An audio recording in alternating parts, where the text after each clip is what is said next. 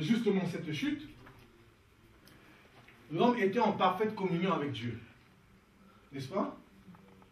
Et quand Dieu va créer l'homme, il va lui demander de faire quoi? De faire quoi précisément? De gouverner. Encore? Dominer, assujettir. Et encore? Multiplier. Et encore? J'attends une réponse. Féconder, oui. Et encore? Cultiver. Pardon? Cultiver et garder le jardin. Voilà. Le jardin d'Éden. Et vous allez voir que on parle de moisson, n'est-ce pas, dans la Bible, en parlant d'évangélisation et de gagner des âmes, de champ. Et quelque part, le champ est cultivé. Tout comme le jardin d'Éden devait être cultivé par Adam et Ève. Quelque part, le fait pour Adam de cultiver, n'est-ce pas, le jardin d'Éden, de l'entretenir, c'était son ministère. Parce que tout à l'heure, on a parlé de diaconat. La sœur a parlé de diaconat. Mais il faut bien comprendre que le diaconat, c'est accomplir une tâche. Hein? Mais pour autrui. Le pays, il va chuter. Et là, il sera séparé de Dieu. Et en étant séparé de Dieu, donc il ne pouvait plus accomplir sa tâche. Est-ce que vous voyez un peu? Et parce qu'il était séparé de Dieu, l'homme a chuté. Il a prévu un plan de salut, hein, n'est-ce pas? Il va lui dire, il va dire au serpent, la postérité de la femme t'écrasera la tête. Mais il fallait que cette parole s'accomplisse. Et donc elle devait s'accomplir toujours par l'homme. Donc même si l'homme en général était séparé de Dieu, il fallait quand même que par une minorité, par quelques personnes, il fallait que Dieu soit toujours en contact avec l'homme. Donc il va choisir des personnes en particulier. Et là notamment ce sont les chefs de famille. Donc après la chute de l'homme, n'est-ce pas, le ministère va s'exercer par le biais de chefs de famille. Donc les chefs de famille étaient les prophètes et les sacrificateurs pour leur famille. Je voulais des preuves, hein? Parce qu'on dirait que vous n'êtes pas convaincus de ce que je vous dis. Alléluia. Genèse 8, verset 20. Genèse 8, verset 20. Et quand Abel va faire son sacrifice dans Genèse 4, n'est-ce pas? Caïn, qu'est-ce qu'il va offrir? Les fruits du sol. Et pourtant, le sol était maudit.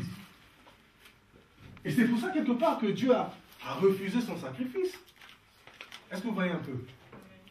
Parce que déjà son cœur était impur, mais parce qu'aussi il lui offrait quelque chose, non. Ce n'était pas compatible. Mais par contre, Abel qui était bien disposé, et donc qui avait la révélation, comme on le voit dans Hébreux 11, qu'est-ce que Abel va offrir? Il va offrir des animaux, en préfiguration, n'est-ce pas, du sacrifice de Jésus-Christ à la croix. Alléluia.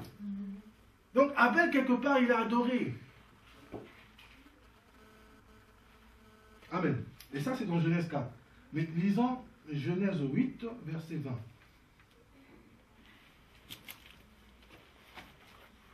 Noé bâtit un autel à l'Éternel. Il prit de toutes les bêtes pures et de tous les oiseaux purs, et il offrit des holocaustes sur l'autel. Alléluia. Qu'est-ce qu'il a fait? Reprends ma soeur doucement. 8, 20. Noé bâtit un autel à l'Éternel. Il prit de toutes les bêtes pures et de tous les oiseaux purs, et il offrit des holocaustes sur l'autel. Alléluia. Avant ça, où est-ce qu'on a vu que Dieu demandait de faire des holocaustes? Donc il a eu une révélation. Donc là, il a adoré. Après le déluge, alléluia, il va rendre grâce. Et il va bâtir l'autel, n'est-ce pas? Aaron va le faire également, les enfants d'Israël vont le faire. L'autel qui symbolise aussi la croix, qui est une image de la croix. Alléluia.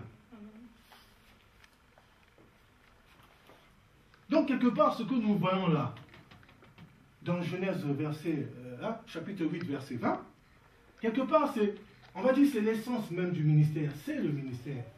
Donc, nous sommes des adorateurs. Voilà pourquoi le Seigneur, il va dire dans Jean 4, l'heure est venue où les vrais adorateurs adoreront le Père en esprit et en vérité. Et Paul, qu'est-ce qu'il va dire dans Romains 12, verset 1? Qu'on doit s'offrir, n'est-ce pas? Donc nos corps, on doit les offrir comme un sacrifice vivant, saint. Et c'est ça qui sera agréable pour Dieu. Donc eux déjà, vous voyez la foi, hein? Là maintenant nous sommes au niveau de la foi qui est révélation. Donc ils sont en train d'exercer le ministère. Alléluia. Alors nous prenons encore Genèse 26, verset 25.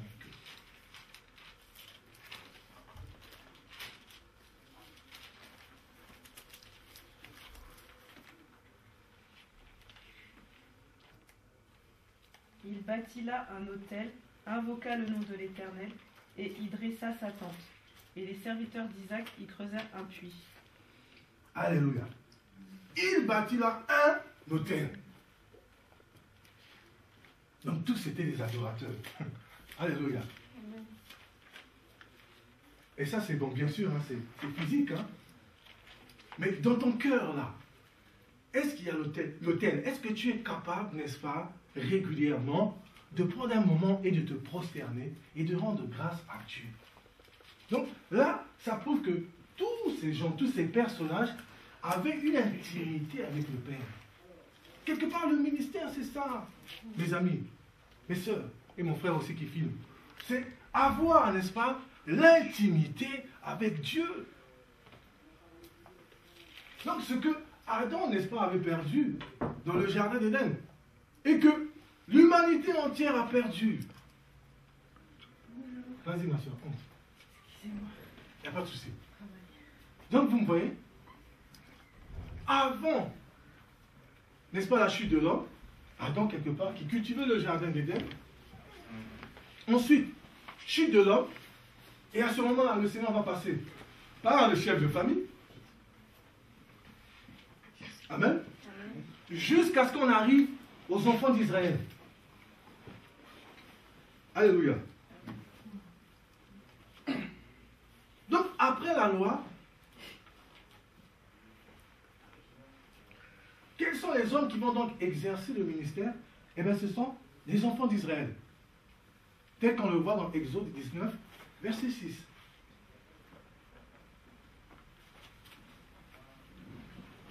Mais tout ça, ce que nous voyons, donc le Seigneur passe par des hommes, c'est déjà pour manifester son plan, n'est-ce pas, de rédemption, le plan de salut.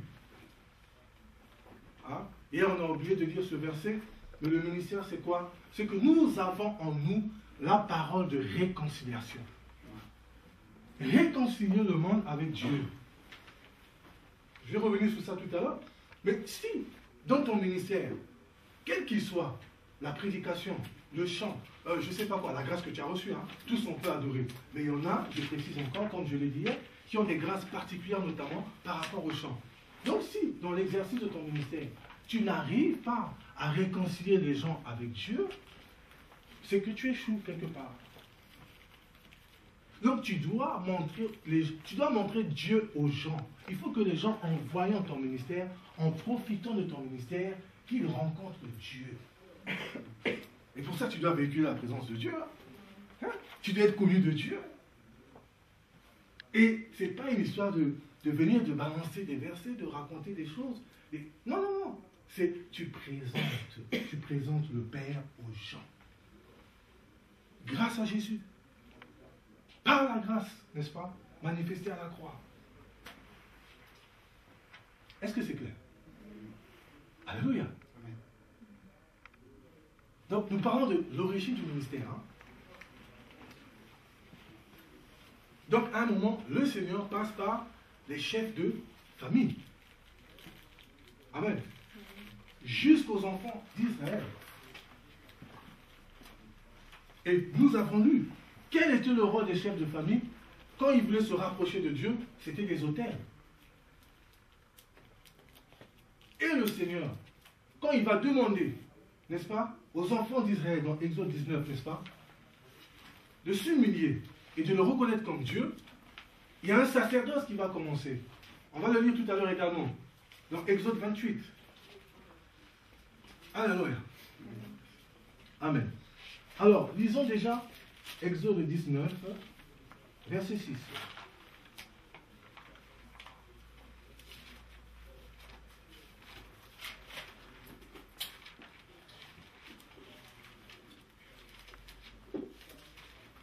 Exode 19, verset 6. Vous serez pour moi un royaume de sacrificateurs et une nation sainte. Voilà les paroles que tu diras aux enfants d'Israël. Amen. Vous serez pour moi un royaume de sacrificateurs. Donc, quelque part, tous les enfants d'Israël étaient destinés à être un royaume de sacrificateurs. Et ils étaient tellement rebelles, n'est-ce pas, qu'à un moment, Dieu va dire, bon, à cause, n'est-ce pas, de votre têtutesse, je vais appeler Aaron et sa famille, et spécialement une tribu, la tribu de Lévi. Donc vous voyez, vous serez pour moi un royaume de sacrificateurs et une nation sainte. Mais tous n'ont pas été un royaume de sacrificateurs et une nation sainte. Parce que de toutes les personnes qui étaient sorties d'Égypte, il y en a 2 à peine qui ont vu la terre promise. Qui? Et c'est une image, hein. Et très peu vont voir la terre promise. Alléluia. Donc, alors que les enfants d'Israël étaient appelés à exercer le ministère, ils vont résister, ils vont s'opposer à Dieu, ils vont murmurer. Et si les enfants d'Israël ont murmuré dans le désert, n'est-ce pas, avec Dieu, contre Dieu, ça veut dire que nous aussi on peut murmurer. Toi aussi tu peux murmurer. Dans l'exercice du ministère, ben, le murmure sera là. À cause des épreuves. Hein. Comme les enfants d'Israël à Marmara, ils ont murmuré. N'est-ce pas? Les murmures. Seigneur, nous sommes fatigués. Seigneur, on n'en peut plus. Seigneur, c'est trop dur. Seigneur, que ferons-nous? Seigneur, nous ne voyons pas la solution. Et là, tu murmures. Et tu ne te rends pas compte que dans ton murmure, tu es rebelle. Et à cause de ça, le Seigneur peut te désapprouver, te disqualifier. Et donc, les enfants d'Israël qui étaient destinés, mes amis, à exercer le sacerdoce, ils vont être rejetés par Dieu. Et là, Dieu va se tourner maintenant, comme je disais, vers Aaron et la tribu de Lévi. Et pour le voir, prenons Exode 28, verset 1.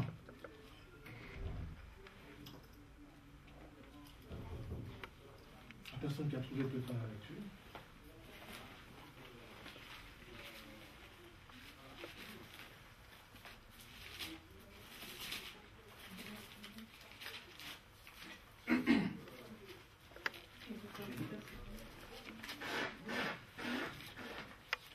Fais approcher de toi Aaron, ton frère, et ses fils, et prends-les parmi les enfants d'Israël pour les consacrer à mon service dans le sacerdoce.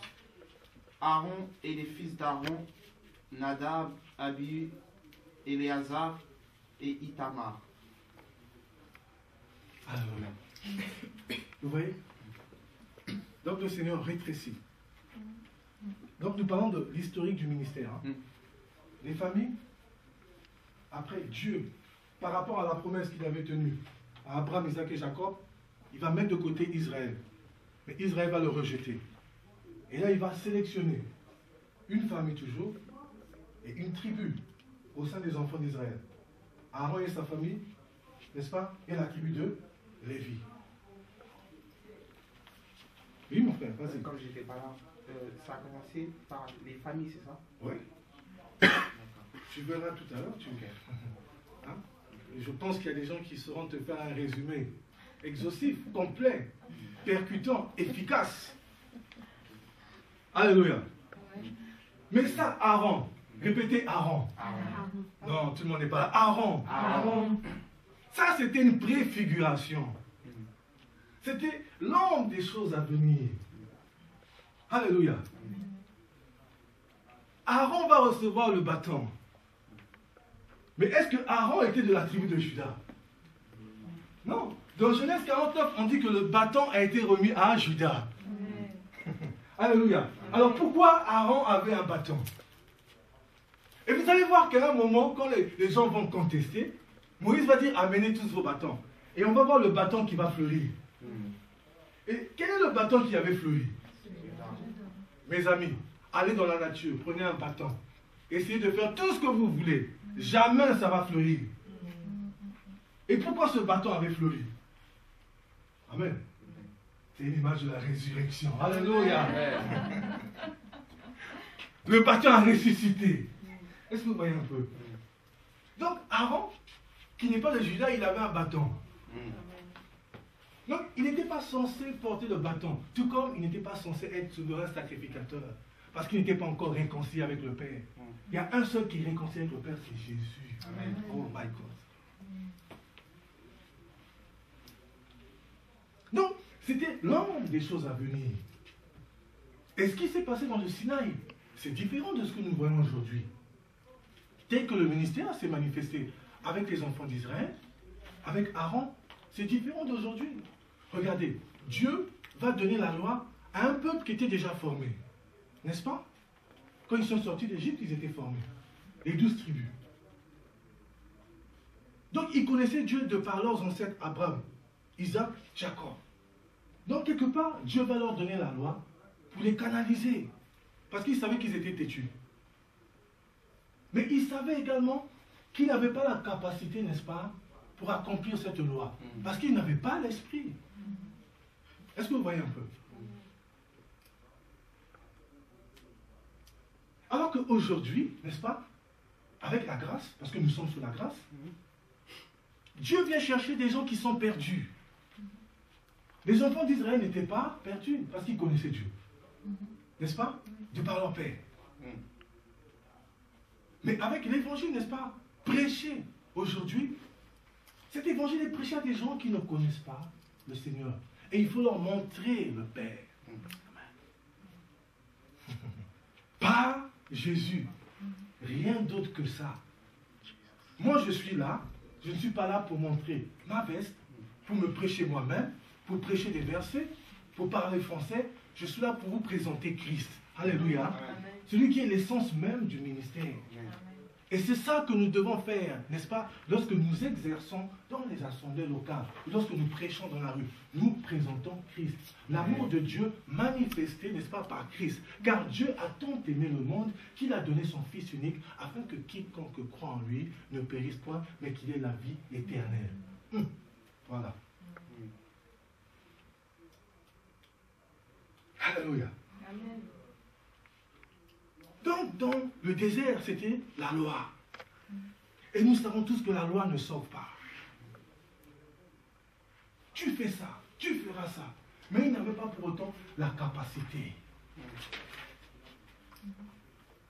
Est-ce que Moïse, dans son ministère, il a permis aux enfants d'Israël de connaître Dieu? Non.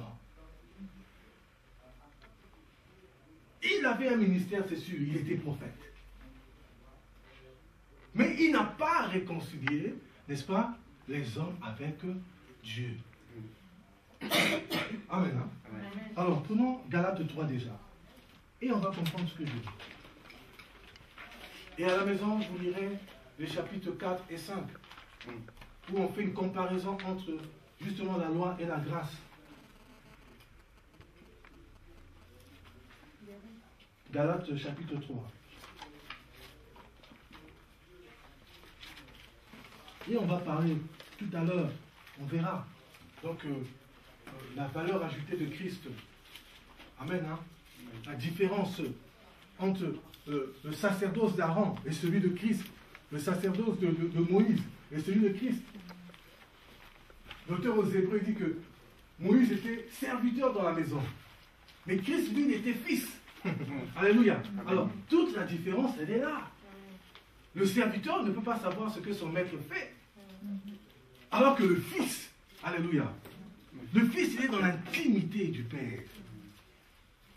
Alors maintenant, quel est le ministère que tu as, que tu exerces en ce moment?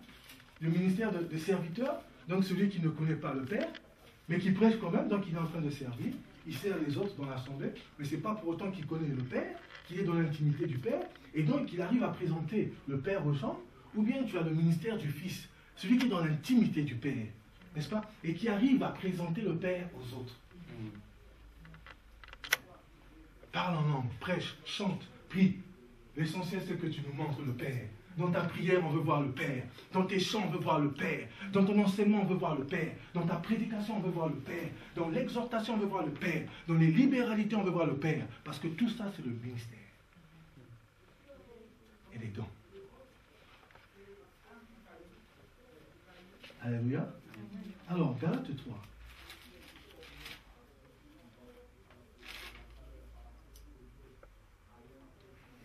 On peut commencer au verset 10. Hein?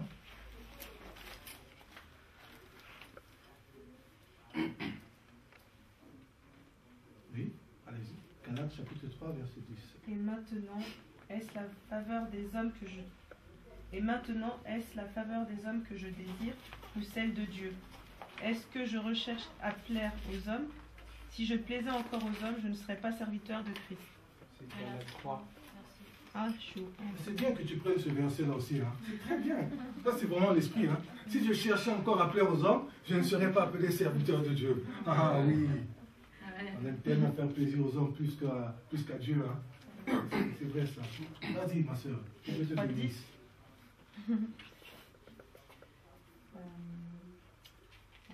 Car tous ceux qui s'attachent aux œuvres de la loi sont sous la malédiction, car il est écrit, maudit est quiconque n'observe pas tout ce qui est écrit dans le livre de la loi et ne le met pas en pratique.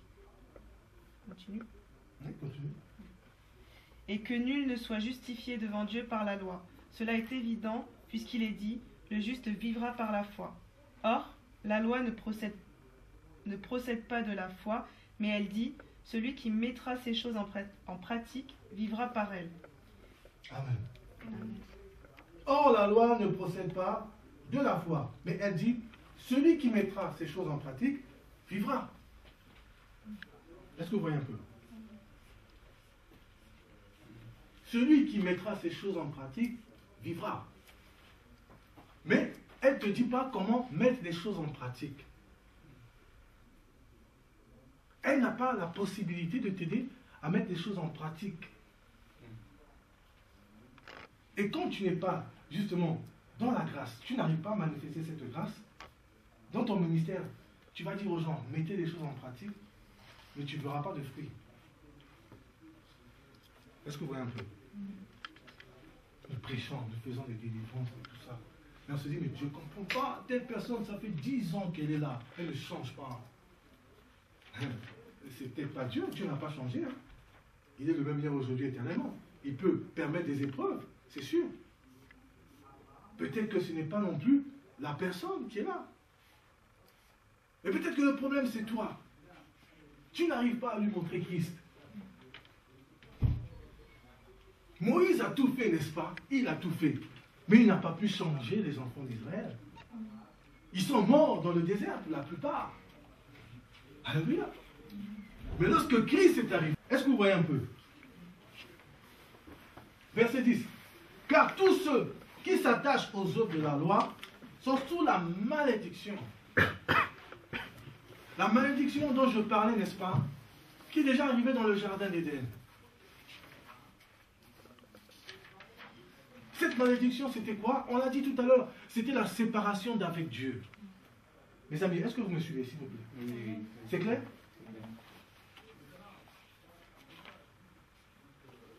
Donc, comprenez que moi, je sais qu'il y a diversité de ministères et de dons.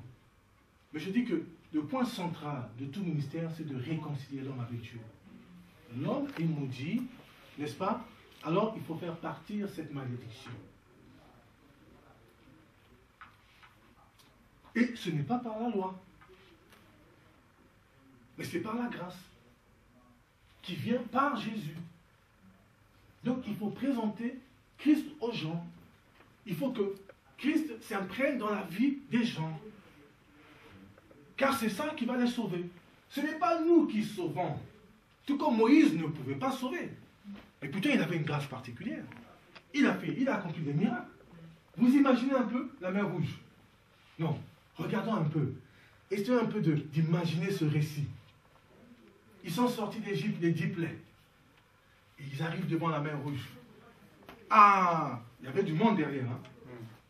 Hein? Vous savez que dans le ministère, parfois, ça arrive, ça. Quand on a des combats, là, ça ne va plus. Les gens te disent, c'est toi, le pasteur. C'est toi qui es fautif. C'est toi, il y a un péché caché dans ta vie. Tu n'as pas bien sondé Dieu. Tout comme Moïse, au bord de la mer. Il fallait la foi, mes amis. Nous, on lit la Bible, n'est-ce pas? Et puis on dit, oui, c'est vrai. Quelque part, c'est comme des histoires, mais on ne réalise pas parfois. C'est sûr que ce jour-là, il y avait des gens qui disaient, mais Moïse, c'est de ta faute. Non, pas Moïse, on va dire en hébreu. Moshe, c'est de ta faute. D'autres qui disaient, on était mieux là-bas, on mangeait la viande. Une minorité qui disait, mais c'est quand même lui qui nous a sortis d'Égypte, écoutez-le. Et on leur disait, taisez-vous. Et d'autres qui disaient, repartons en Égypte. Maintenant, dans ce tumulte, alléluia, il fallait suffisamment de foi. Et ensuite, il fallait lever le bâton qui est l'autorité. Si dans le ministère, tu n'as pas ce bâton, tu n'as pas cette autorité, mais qu'est-ce que tu vas faire? Boum! La mer s'est ouverte.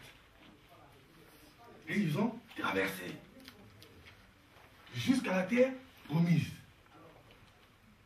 Tout ça, ce sont des images. Hein? C'est pour ça que Jean-Baptiste disait, ce sont les violents qui s'emparent du royaume. Avant, nous autres, d'atteindre la terre promise, il faudrait que les eaux s'ouvrent. Mes amis, nous avons besoin de connaître Dieu et de faire le ministère avec Dieu. Pas en théorie, n'est-ce pas? Mais d'avoir une réelle intimité avec le Père.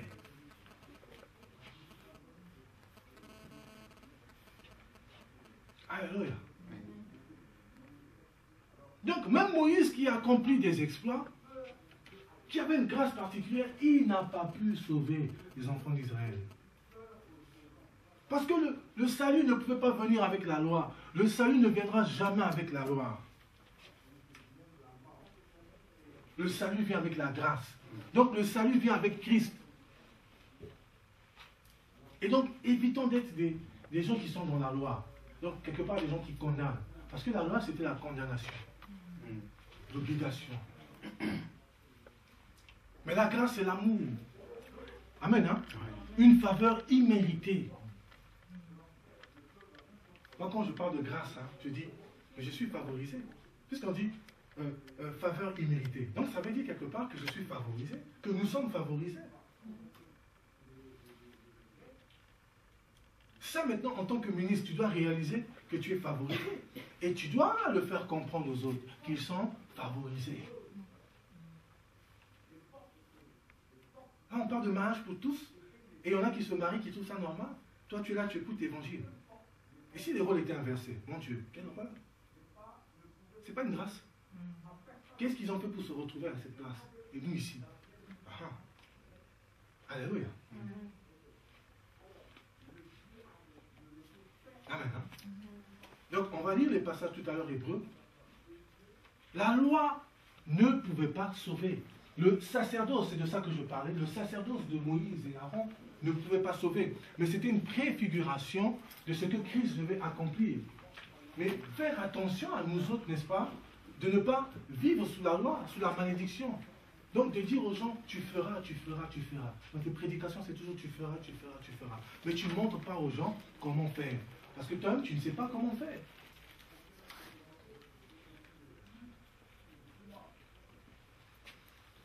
Alléluia.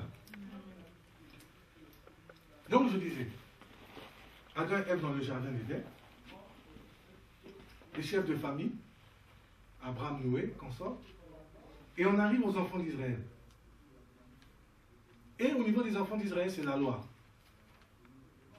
La loi ne pouvait pas sauver.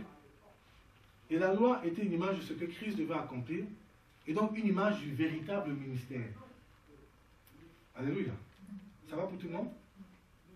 Donc le véritable ministère, c'est maintenant. Sous la grâce. Parce que quelque part, Christ à la croix, il vient récupérer ce que Adam et Ève avaient perdu dans le jardin d'Éden. Voilà pourquoi on l'appelle le deuxième Adam. Est-ce que vous voyez? Il vient nous redonner la condition initiale. Même si la chair est toujours corrompue, hein, selon 1 Corinthiens 15, et qu'elle ne peut pas hériter le royaume des cieux.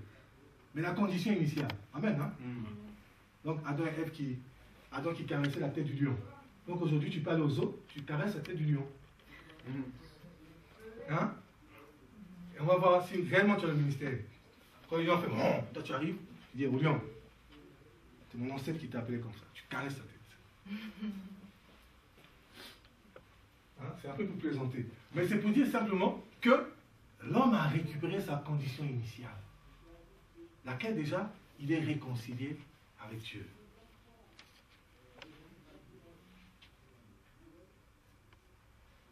Amen.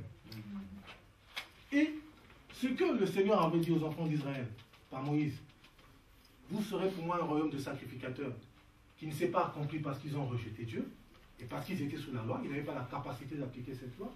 Alors ça va s'appliquer maintenant avec les chrétiens, avec tous ceux qui vont bénéficier de la grâce, n'est-ce pas? Qui vont accepter Jésus-Christ comme Seigneur et Sauveur. Alors, prenons pour cela Apocalypse 1, verset 6.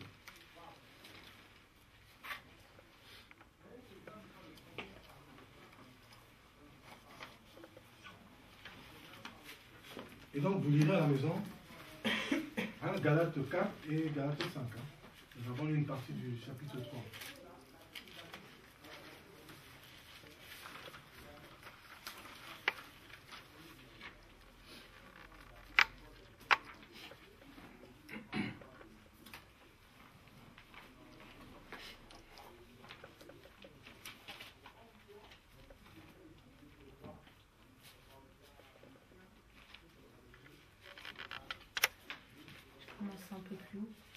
Pardon? Non, c'est un petit peu plus haut.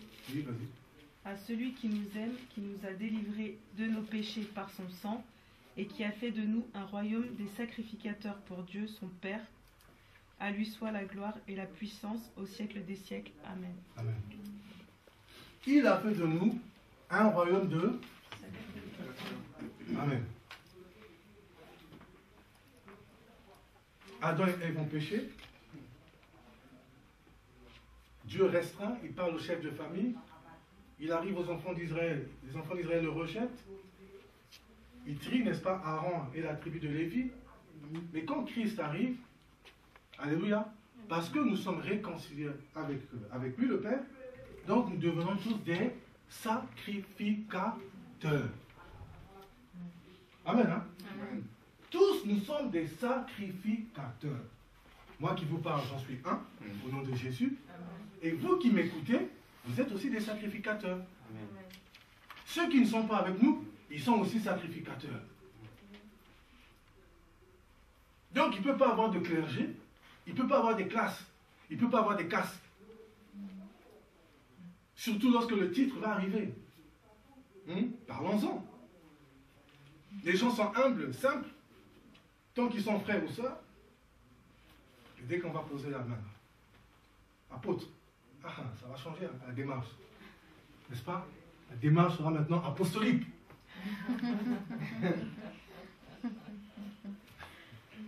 Mon frère, tu filmes tout ça? Démarche prophétique. On voit tout.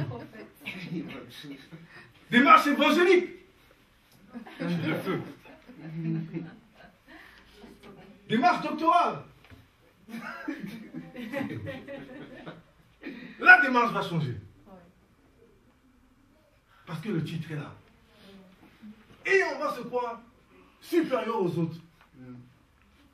Mais ton titre ne te donne pas des privilèges, mon ami, par rapport aux autres. Tu n'es pas sur un piédestal. Ou si tu l'es, tu dois descendre, n'est-ce pas? Sinon le Seigneur lui-même, il va te faire descendre de là. Et s'il te fait descendre, c'est compliqué. Hein? Nous sommes tous un royaume. Alléluia. Donc nous ne sommes plus dans le monde, mais nous sommes maintenant dans un royaume. Le royaume est déjà là. Et il va se manifester encore plus à un moment, n'est-ce pas? Hein?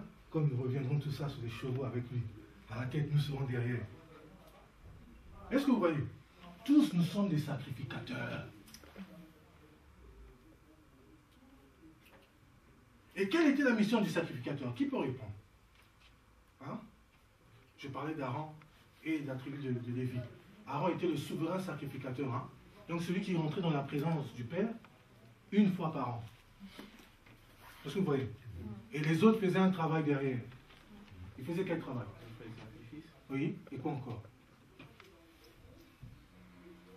Et vous ne connaissez pas ce sacerdoce-là? Comment ça se passait? C'est compliqué. Amen. Alors, répondez. Oh! Je l'ai excusé. Ah, c'est elle. D'accord, ok. Ok. Ah oui, moi je dis pas ça. Aspersion. Voilà, tout à fait. Hein?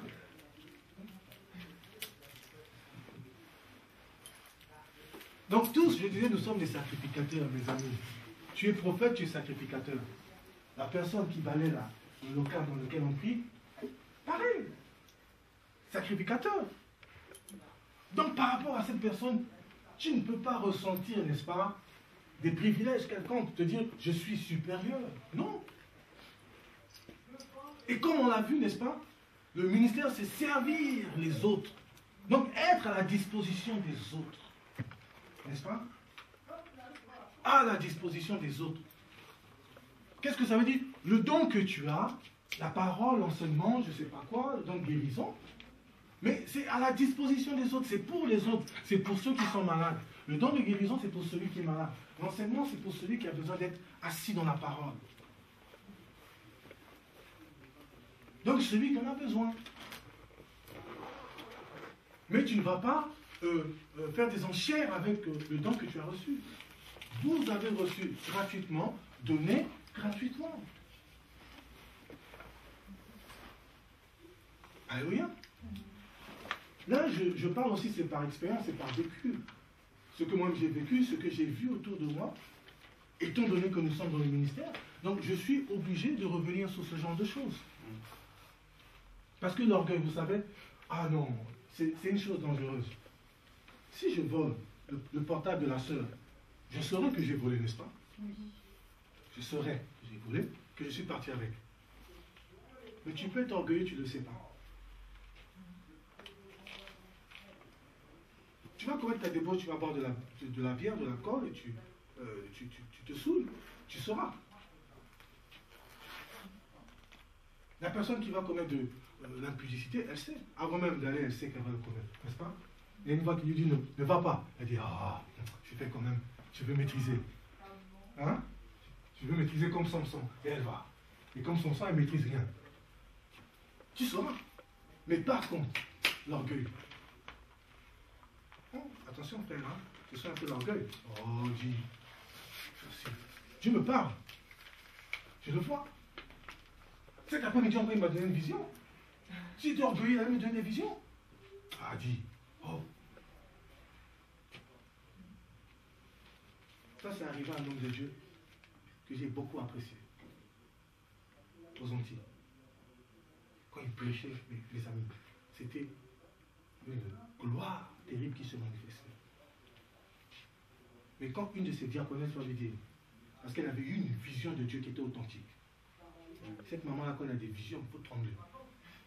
Alors, elle va lui dire, j'ai vu quand on te mettait dans un camion, on t'a arrêté, on t'a emmené en prison. Quand la sœur est venue lui dire ça, il était sur son fauteuil. Ha, ha, ha, ha, ha, ha. Tu oses me dire ça? Moi, Dieu me parle face à face. Et toi, comment il te parle? Quand c'est arrivé, comme Dieu, hein, il sait confondre. Le jour où on est venu l'arrêter, effectivement, on l'a mis dans un camion.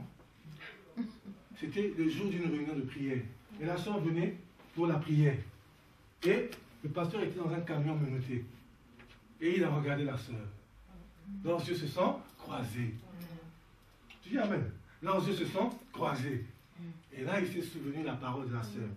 Et les larmes ont commencé à couler.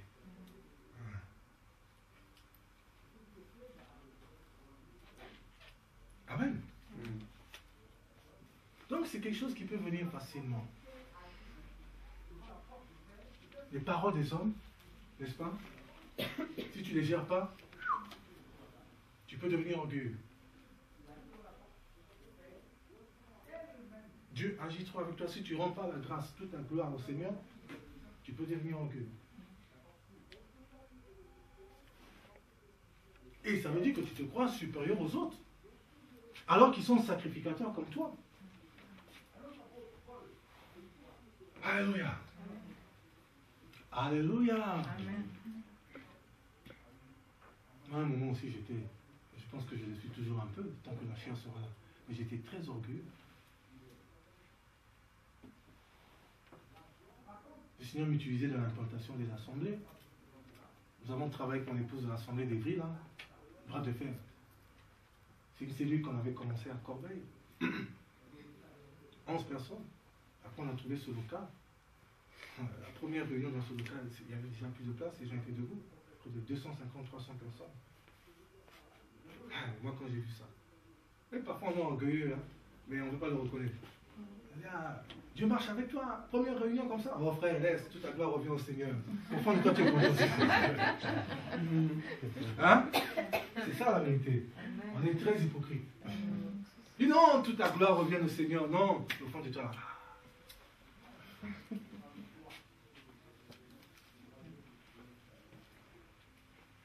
Et puis le diable a envoyé une femme qui a voulu détruire ma vie.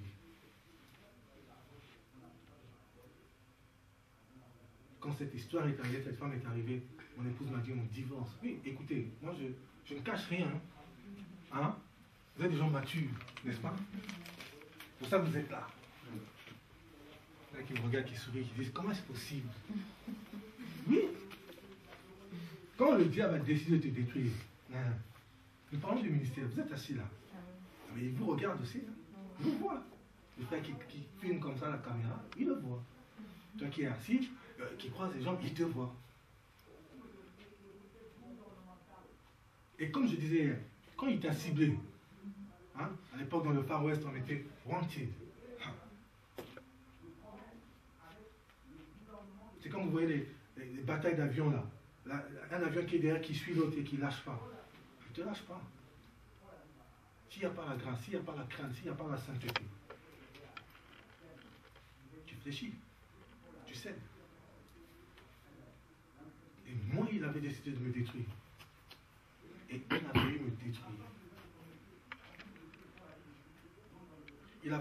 Il a voulu casser ce ministère. À partir de mon histoire à moi. Il a voulu détruire la vie de ma femme. C'était une catastrophe. Est-ce que vous suivez un peu? Parce que j'étais devenu orgueilleux. Hein. Dieu voulait me montrer mes limites. Et de toute façon, quand on me disait, tu as des limites, voilà tes limites. Là, ce sont tes limites, Hugues. Arrête-toi. Je dis, oh, j'ai pas de limites. J'ai fait la main comme ça, les gens volent. Il y a une femme qui est venue, elle était stérile, elle m'a dit qu'elle est enceinte. J'ai pas de limite.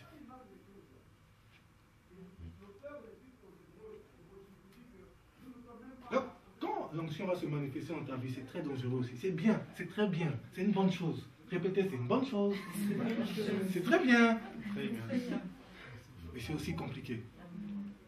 C'est comme un couteau à double tranchant. Si tu ne gères pas bien, alors là, facilement tu peux te retrouver aussi en enfer.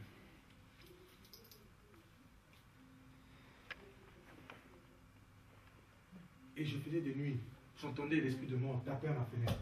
La fenêtre, je dormais au salon. Puisque c'est là que j'ai recommencé à chercher Dieu vraiment. Ah oui, orgueilleux. J'entends l'esprit de mort. J'appelle ma femme. Chérie, chérie, viens. L'esprit de mort est là. Elle prie pour moi. Il faut se marier aussi avec la personne appropriée. Hein. On a vu des mystères. Est-ce que vous voyez un peu? La personne n'est pas infirmière. Elle dit non, toi là, tu es trop suspect. Prends les bagages et tout, tiens. Ah oui, je connais un pasteur comme ça. Hein. À 3h du matin, chaque fois que sa femme se réveille, elle le voyait sous la table, sous une lumière. La femme a dit, toi, là, je m'en fais. Vous voyez? Donc l'esprit de mort venait. Poum, poum, poum. Païna, viens s'il te plaît, priez. Et j'ai fait 1 an. je ne prêchais plus. Je n'arrivais plus à prier. Quand je voulais sortir la moindre parole, c'était... Tout ça, c'était la résultante de l'orgueil.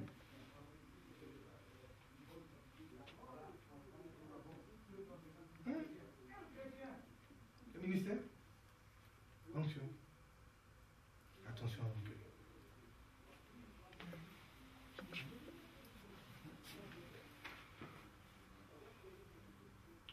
Donc, il faut considérer ton frère, n'est-ce pas, comme ton semblable.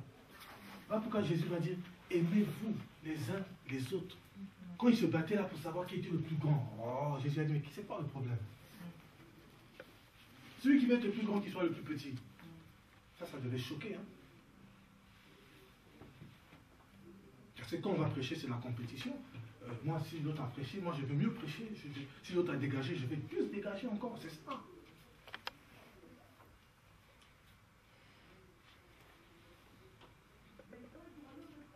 Il a fait de nous un royaume de sacrificateurs.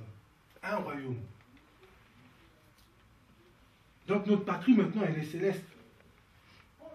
À partir du moment où tu es enfant de Dieu, n'est-ce pas? Ta patrie est céleste. Même si de manière charnelle, tu as toujours une nationalité, on n'en dit ce qu'on ne vient pas. Mais tu es rentré également, tu as une autre position, une position qui est céleste. Donc en tant que ministre, tu es céleste.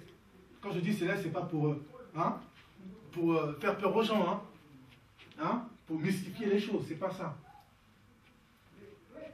Donc tu ne peux plus t'adonner à des choses qui sont charnelles. Tu ne peux plus avoir le goût de ce qui est charnel.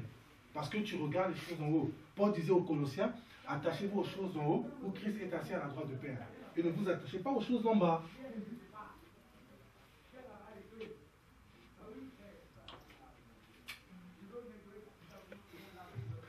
Alléluia. Qu'est-ce que c'est qu'un royaume, mes amis? C'est pas un royaume. L'Espagne, c'était un royaume. La Belgique, c'était un royaume. N'est-ce pas?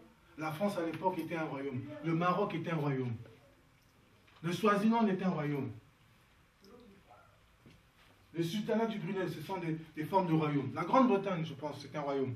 L'Angleterre, on va dire. Oui, la Grande-Bretagne. Avec l'Écosse, l'Irlande, tout ça, du Nord. Donc un royaume est dirigé par un roi. Et le roi a des sujets qui lui rendent des comptes, n'est-ce pas? Ils lui rendent compte au roi. Ils sont au service du roi. Ils font la volonté du roi. Et qu'est-ce que nous devons faire? C'est donc le sacrifice, servir, se mettre à la disposition du roi et se mettre à la disposition de son frère, de sa sœur. Sans avoir un esprit de supériorité. Amen. Alors, prenons encore Hébreux 5, verset 1.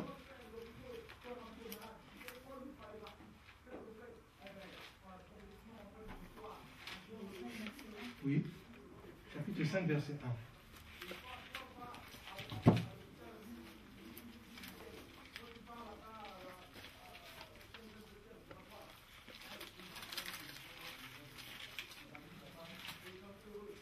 En effet, tout souverain sacrificateur pris du milieu des hommes est établi pour les hommes dans le service de Dieu, afin de présenter des offrandes et des sacrifices pour les péchés. Amen. Vous voyez, hein?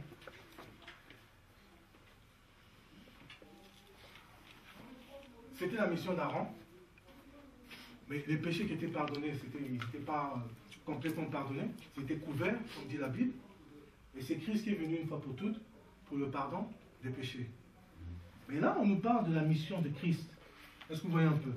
En effet, tout souverain sacrificateur, pris du milieu des hommes et établi pour les hommes, dans le service de Dieu, afin de présenter des offrandes et des sacrifices pour leurs péchés, ou pour les péchés. Et Jean-Baptiste, quand il a vu Christ, dans Jean 1, 29, il va dire, voici l'agneau de Dieu qui ôte le péché du monde. Amen. Et donc, parce que le péché est pardonné, nous rentrons maintenant dans l'intimité du Père. Donc, quelque part, une fois que tes péchés sont pardonnés, c'est là que tu peux rentrer dans le sacerdoce, dans le ministère, dans la sacrificature, dans le sacerdoce.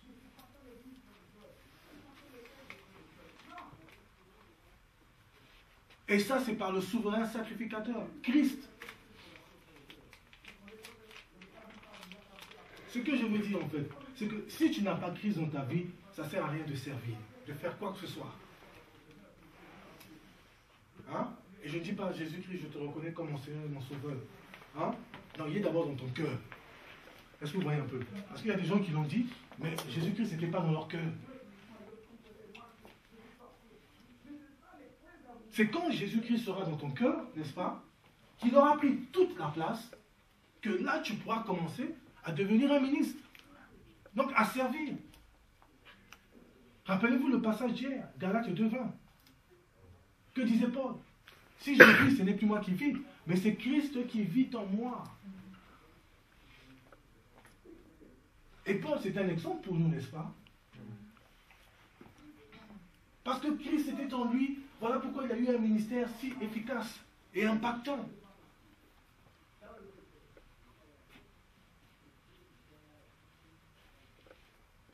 Si tu sens que tu as communion avec le Seigneur, mais pas bon, et que moi je viens te dire, viens prêcher, dis non. Parce que parfois nous prêchons par habitude, comme des professionnels. N'est-ce pas? Ah, je dois prêcher. Le retour à la parole. Tout le monde a le droit aujourd'hui de prendre le micro. Je prends le micro. Exhortation. Mais dans la semaine, tu n'étais pas en phase avec ton Dieu.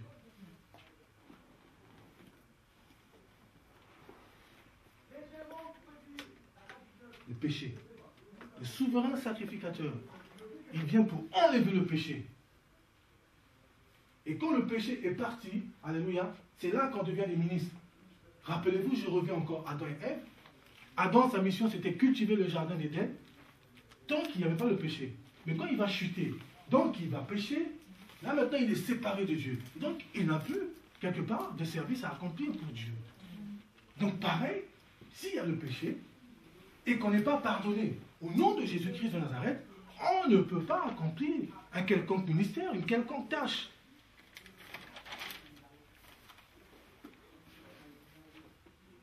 Et là, c'est surtout conversion, hein, conversion. Prenez ça comme étant la conversion, la nouvelle naissance. Hier, je donnais l'exemple, je disais, une personne qui va prêcher, qui va manifester l'onction, et on la voit dans 4 pâtés avec une boucle d'oreille. Il faut se poser des questions par rapport à la conversion. N'est-ce pas? On va dire force, puissance d'égarement. Oh non, chrétien rétrograde, comme on dit. Oh.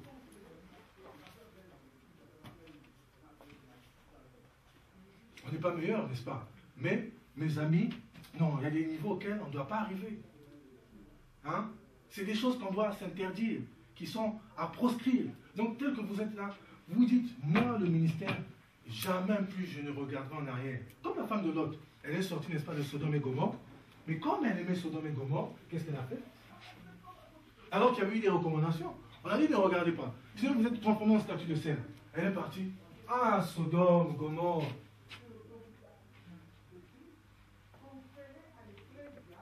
Elle était avec un serviteur, n'est-ce pas? Elle entendait parler de Dieu.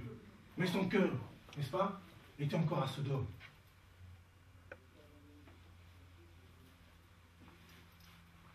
Alléluia. Est-ce que je parle à quelqu'un ce soir? C'est clair? Tu peux continuer? Et le péché, on va dire grand péché, petit péché, comme chez les catholiques. Non, arrêtez vos histoires, s'il vous plaît. Quand tu es sur ton ordinateur, aujourd'hui on t'habite, et tu regardes des trucs bizarres, c'est un péché. Tout à l'heure, j'étais au travail, il y a un ami qui est arrivé, Moji. Alors, il commence à m'amener sur des sites bizarres. J'ai dit non, avant même de venir ici. Vous voyez ça? Me pousser à pécher. Je n'ai pas envie de pécher, mais le diable passe par quelqu'un pour t'empêcher, n'est-ce pas, d'accomplir ta mission. Non, mes amis, il est partout, il est rusé. Et là, j'aurais pu pécher. Je me suis repenti, j'ai dit, mais c'est pas possible, j'étais triste. L'apôtre. Alléluia. Amen. Là, c'est plus didascalie. Alléluia. Amen. Donc vous voyez, notre papa. Ça, c'est le ministre, le ministère. Amen. Est-ce que vous voyez le péché?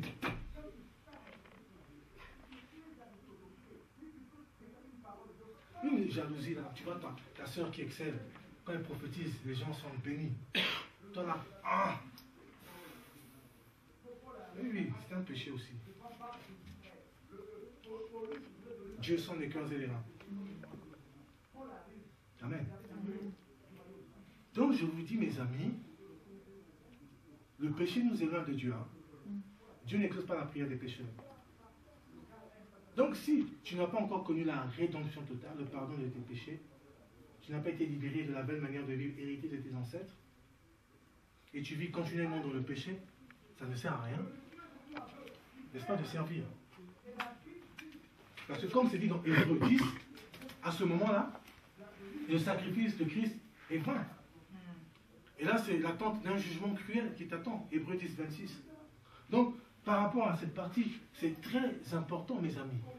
Christ nous réconcilie avec le Père et nous donne cette parole de réconciliation.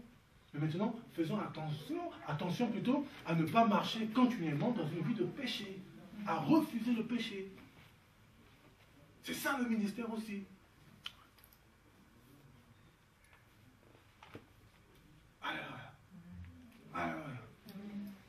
Alors, prenons Hébreux 9, verset 7.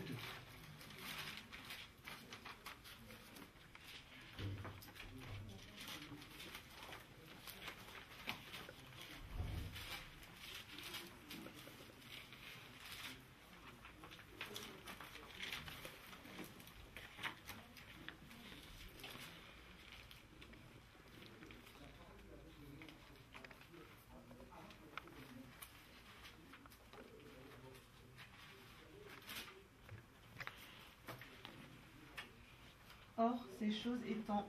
Enfin, comment ça... Si, ça c'est clair. Or, ces choses étant ainsi disposées, les sacrificateurs qui font le service entrent en tout temps dans la première partie du tabernacle. Et dans la seconde, le souverain sacrificateur, seul, entre une fois par an, non pour y porter du sang qu'il offre pour lui-même, non sans y porter du sang qu'il offre pour lui-même, et pour les péchés du peuple. Amen. Alors, prenons encore Hébreux 10, 19 à 22. On va bien comprendre ce verset, en complétant avec les versets 19 et 22 du chapitre 10.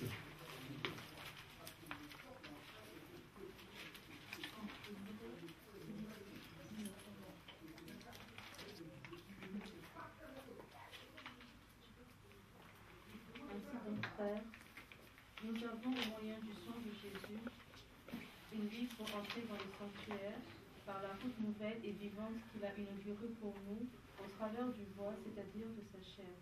Et nous avons un souverain sacrificateur établi sur la maison de Dieu. Approchons-nous donc avec un cœur sincère, dans la plénitude de la foi, le cœur purifié d'une mauvaise conscience et le corps lavé d'une eau pure. Amen. Ainsi donc, frères, nous avons au moyen du sang de Jésus une libre entrée dans le sanctuaire. Et la différence, elle est là justement avec le ministère d'Aaron. Lorsque Aaron a exercé son ministère, aucun enfant d'Israël n'a pu dire « Nous avons auprès du Père un libre accès ». Mais Christ, quand il vient, alléluia, et on le voit dans Jean 27, n'est-ce pas? Le rideau du temple se déchire. À partir de ce moment, Matthieu 27, excusez-moi. À partir de ce moment, ça veut dire que nous avons un libre accès auprès du Père.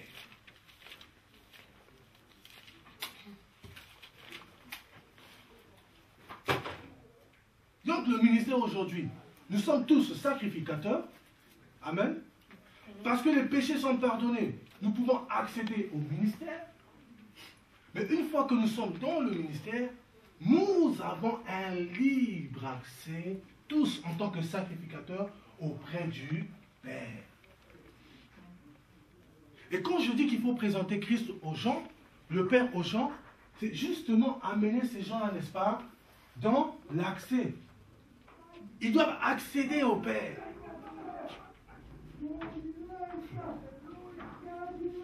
Amen. Est-ce que vous voyez? Suivez, moi, c'est bon. Amen. Un libre accès auprès du Père. Est-ce qu'on me suit? Donc le rideau était fermé. Alors, tant que le rideau était fermé, comment les dons de guérison pouvaient se manifester, les prophéties? Comment les gens pouvaient être restaurés? Comment les gens pouvaient être sauvés? Non. C'est pour ça que quand Jésus vient, il dit, l'Esprit du Seigneur est sur moi et il m'a oint. Alléluia. Et il dit encore, celui qui croit en moi, il fera les mêmes choses que moi et il en fera même de plus grandes. C'est parce que, après sa mort, nous avons un libre accès. Donc, Marc 16, 17 là, voici les signes qui vont accompagner. Ça peut s'accomplir parce que nous avons un libre accès. Toutes ces choses-là, c'est derrière le rideau. Alléluia. Amen. Amen. Et ce rideau, en fait, c'était sa chair. Quand sa chair était flagellée, n'est-ce pas? Donc ça veut dire que le rideau était en train de se déchirer. Et le rideau déchiré. Ah, c'est la plus merveilleuse chose qui soit arrivée à l'humanité. Ce n'est pas la découverte de l'avion, les Copernic, je ne sais pas, les Einstein. Non, c'est le rideau du temple qui se déchire. Alléluia. Amen. Mes amis.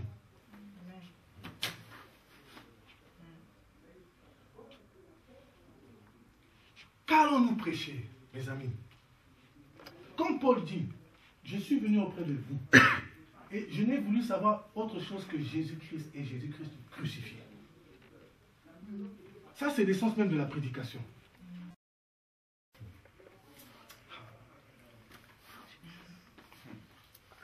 Et qu'est-ce qu'il y avait derrière ce rideau? Des choses qui symbolisent, n'est-ce pas, ce que Adam avait perdu et que nous avons récupéré. Il y avait le fameux bâton d'Aaron. Alléluia. Ah, Jésus. Hébreux 9. Verset 3.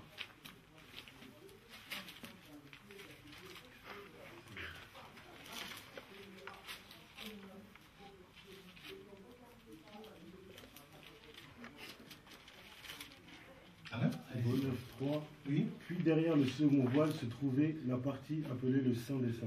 Amen. Elle contenait un brûle-parfum en or et l'arche de l'Alliance, entièrement recouverte d'or, dans laquelle il y avait une urne d'orne concernant la manne, ainsi que le bâton d'Aaron qui avait fleuri, et les tables de l'Alliance. Au-dessus de l'arche se tenaient les chérubins de gloire, couvrant de leur ombre le propitiatoire. Il n'y a pas lieu d'en parler maintenant en détail. Amen. Donc, derrière le voile qui a été déchiré, il y avait notamment ce bâton.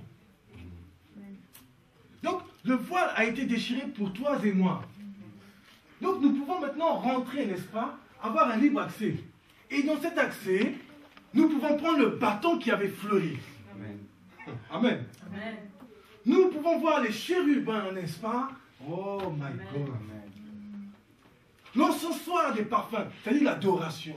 Hein? L'odeur agréable au Père. C'est pour ça aujourd'hui, quand nous sommes nés de nouveau, alléluia, et que nous prions, nous adorons, alléluia, il y a des choses qui vont se passer. Toutes choses ont été restaurées. Tout a été restauré. Alléluia. Le ministère est restauré. L'autorité est revenue. Tu peux caresser la tête du lion. Tu peux marcher sur le scorpion, sur la spique. Alléluia. Tu peux chasser les esprits impurs dans les lieux arides. Alléluia. Parce que le rideau a été déchiré. Et c'est ça le ministère. Amen.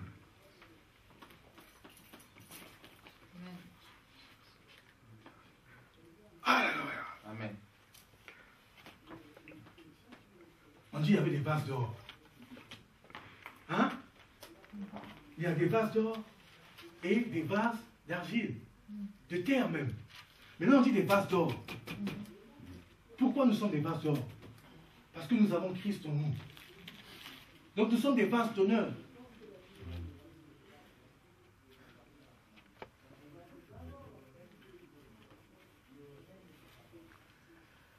Donc ça veut dire que dans nos ministères, lorsque nous présentons Christ aux gens, nous devons les amener à saisir ce bâton qui avait fleuri, donc il doit avoir l'autorité.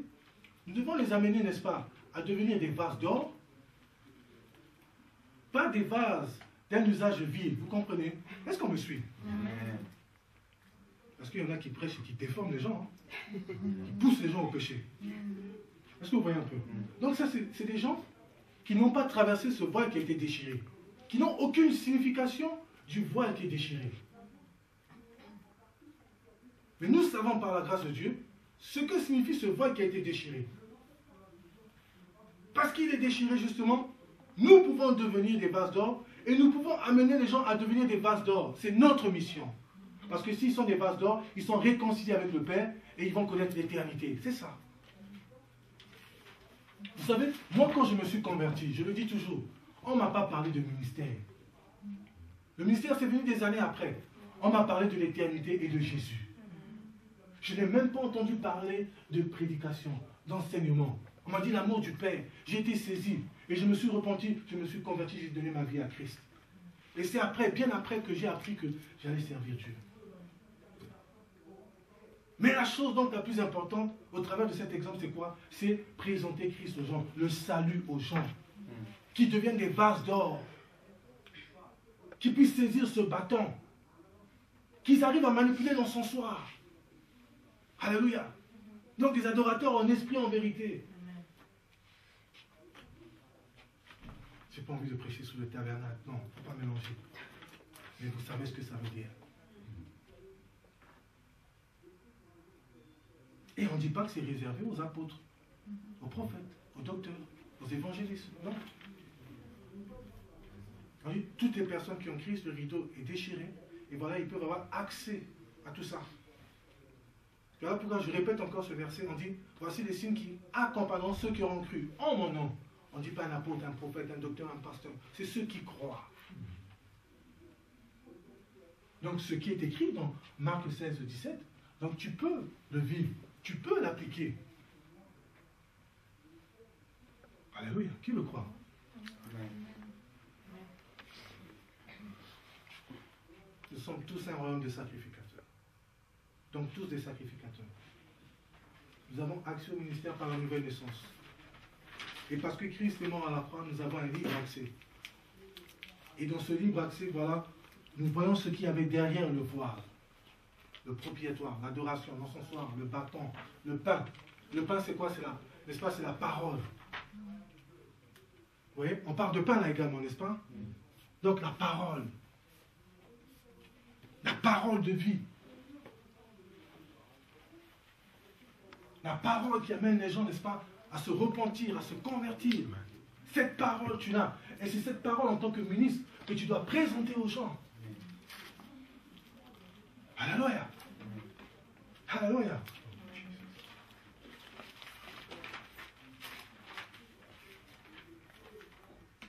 Oh, mes amis, si on arrivait à réaliser, je ne veux même pas que tu me dises, frère Hugues, oui, tout ça, je vois un esprit sous ta tête, c'est pas mon problème. Tu me dis ça, moi, qu'est-ce que je fais? Je cherche à rentrer, à traverser le voile qui a été déchiré. Mais vous pensez que les démons, comme on dit, les démons, vous pensez qu'ils peuvent rentrer dans cet endroit, ils ne vont pas résister. Hein? Tellement la sainteté, tellement la gloire. Voilà pourquoi on ne peut même pas se préoccuper. Nous, simplement, soyons dans ces dispositions. Amenons nos frères, nos sœurs dans cet univers. Les gens te critiquent et tout ça, tu dis, bon, vous parlez, venez, on va traverser le voile. Ils vont se taire. Amen. Parce que quand ils critiquent, c'est parce qu'ils ont besoin du Père. Et ils te voient toi, voilà pourquoi ils te critiquent. Toi, toujours toi, on te voit toi. Mais s'ils voient le Père, ils vont te critiquer. Ils n'auront pas le temps.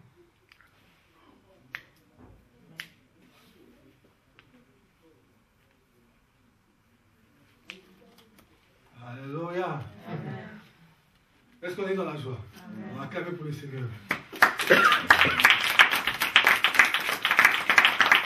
Vous savez, les Romains, ils crucifiaient Jésus, les pharisiens, ils ne savaient pas ce qu'ils faisaient. C'était leur plus grande erreur.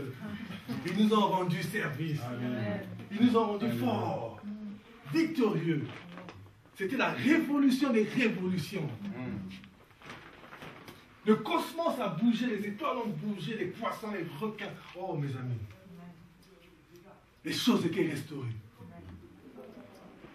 Maintenant, les choses sont restaurées. Moi, je vais faire un ministère fatigant. Un ministère qui ne voulait pas une année tuer avec 15 personnes. Je refuse, c'est pas ça. Non. Hein? Regardez comment, on le verra demain, comment servir, n'est-ce pas, dans le ministère avec efficacité. Le Saint-Esprit notamment. Comment, n'est-ce pas, l'église primitive était remplie de la puissance de l'Esprit. Quand ils priaient dans des endroits tremblaient, n'est-ce pas? Oh, mes amis. Il y a eu des résurrections, des choses terribles. Mais oui, Jésus-Christ n'a pas changé. Il est le même hier, aujourd'hui, éternellement. Alléluia. Amen.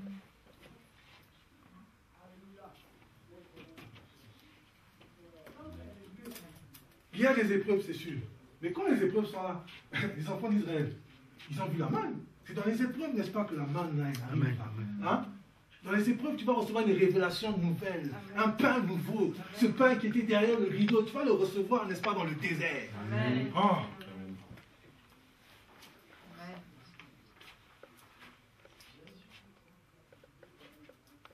C'est pour ça que moi, ma soeur, je n'ai pas forcément besoin de t'imposer. Eh bien, je te dis seulement, le rideau est déchiré. Vas-y. C'est tout. Maintenant, toi, cours. Parce que je peux t'imposer les mains si tu n'es pas disposé. Ça ne sert à rien. Tu vas ressentir quelque chose 2 semaines, tu seras bien, tu vas chanter dans ta douche, et tout ça, alléluia. Quand tu sors dans le métro, tu chantes, mais une fois que ce que tu avais reçu, n'est-ce pas, de moi, c'est terminé, alors là, tu repars à tes trucs. Mais si je te dis, le rideau, il est descendu dans le sein de la terre. Hein? Et la Bible dit que quand le rideau s'est déchiré, mais il y a eu de l'obscurité. My God. Mais lisez Matthieu 27, vous allez voir, lisons Matthieu 27. Il s'est passé quelque chose quand ce rideau s'est déchiré. C'était grave, mes amis. Et tout ça, c'était pour que l'Église, n'est-ce pas, quelque part naisse. Pour que nous soyons sauvés. Mais c'est l'Église, quelque part, qui véhicule aussi le salut. Amen.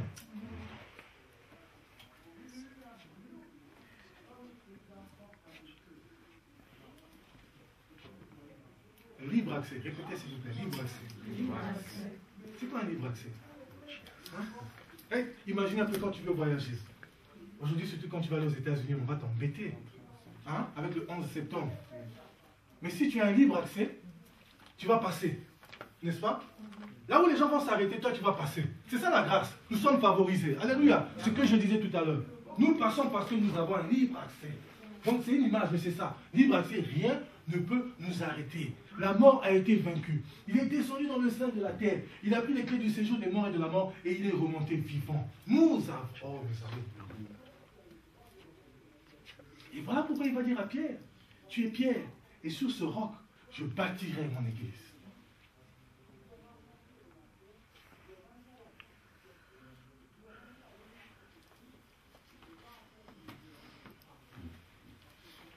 Donc, comme je disais hier, avant maintenant de goûter, hein, l'accès libre, il faut mourir.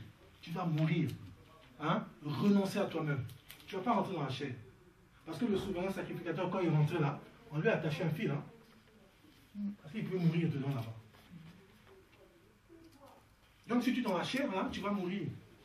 Dans le libre accès. Comme ça arrive, hein, n'est-ce pas? Les gens qui rentrent là-bas, mais ils sont encore charnels, et pouf, à côté. Donc il faut mourir. Et c'est là que ce verset prend toute son importance. Celui qui veut venir après moi, qu'il renonce à lui-même, qu'il se charge chaque jour de sa croix et qu'il me suive.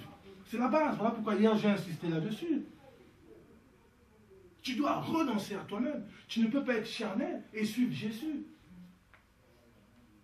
Tu ne peux pas te comporter tel que tu t'es comporté dans le monde et suivre Jésus. C'est incompatible.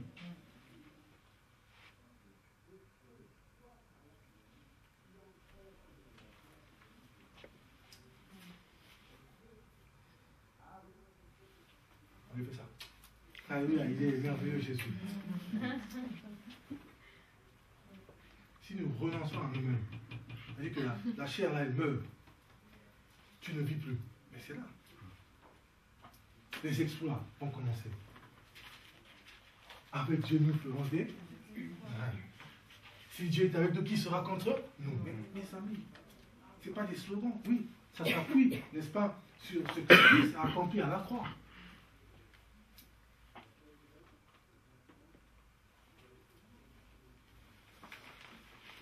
Sincèrement, pour qui c'est difficile un peu la mort à soi-même? On peut le comprendre comme ça de manière théorique, mais dans la pratique, c'est autre chose. Hein?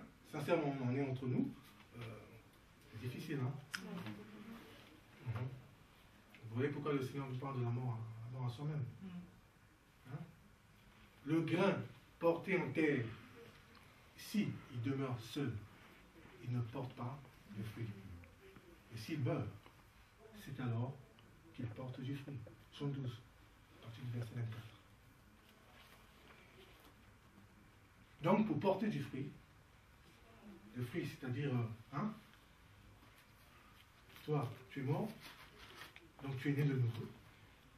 Mais pour donner naissance à d'autres personnes, par l'évangile, donc les amener à Christ, il faut que tu meurs et donc que tu portes du fruit. Est-ce que vous voyez un peu? Tu meurs, voilà. Donc, les mauvaises habitudes, là, le monde, le caractère bizarre, fini, n'est-ce pas? Donc tu es mort, et parce que tu es mort, tu vas attirer. Tu vas attirer. Les gens viendront. Et quelque part, donc, on n'a pas besoin de forcer. Hein.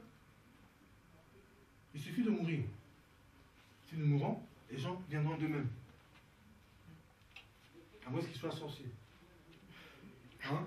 Ils vont fuir plutôt. Ça dépend. Est-ce que vous voyez un peu? Mais si nous mourons, hein? Amen. Hein? Nous allons porter du fruit. Et ce fruit-là, c'est l'intimité avec le Père. La présence du Père. L'autorité qui est récupérée. Christ, il a fait sa part. N'est-ce pas? En mourant là-bas à la croix. Il a fait sa part. Maintenant, c'est à nous, n'est-ce pas, de faire notre part. En mourant. Donc, c'est comme un match de foot. Hein? Christ a marqué le premier but. Boum. Là, ce sont les prolongations. Avant l'enlèvement. Et maintenant, c'est à nous maintenant de défendre. N'est-ce pas, notre but? Et il reste quelques minutes, n'est-ce pas? Parce que nous sommes aussi des ouvriers de la 11e heure. Avant l'enlèvement. L'enlèvement, c'est le sifflet de l'arbitre. Hein? Et le Saint-Esprit qui est notre coach, il est là sur le banc de touche, il dit, toi là-bas, défends là-bas. Toi, tu dois attaquer, tu dois tirer de cette manière. Est-ce que vous voyez un peu l'image?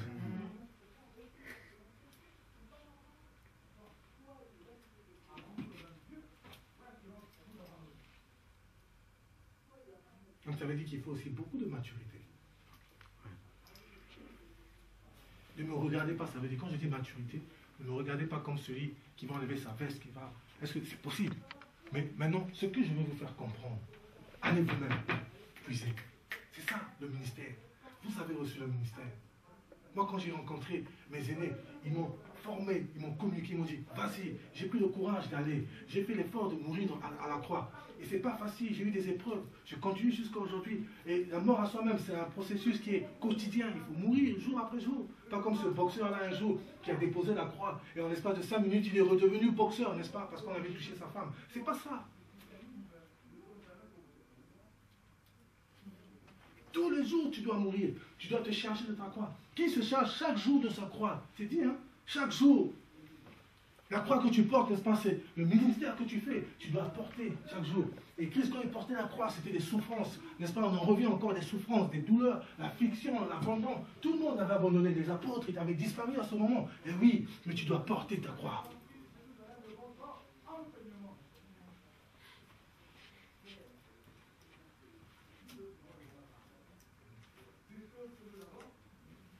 Alléluia. Amen. C'est la vérité ou c'est pas la vérité? Amen. Amen ou pas amen? Amen. Et alors, quand on va arriver à ce niveau, que chacun justement aura compris sa position, c'est là que la diversité des dons va commencer à se manifester et que nous serons donc un corps. Mais si, tel que vous êtes là, vous n'avez pas compris, et moi, tel que je suis là, je n'ai pas compris, et qu'on n'arrive pas à faire comprendre aux autres qui doivent rentrer, n'est-ce pas, parce qu'il y a libre accès, pour prendre, n'est-ce pas, les parfums, le bâton, le propriatoire, et qu'on sort. Mais on ne sera jamais un corps. Ou bien un corps qui est handicapé. Un corps qui n'a pas d'yeux. Un corps qui n'a pas de jambes. Parce que ceux qui devaient rentrer, n'est-ce pas, dans le lieu très saint, parce qu'ils ont libre accès, et prendre l'autorité des choses qui ont été restaurées, n'y vont pas.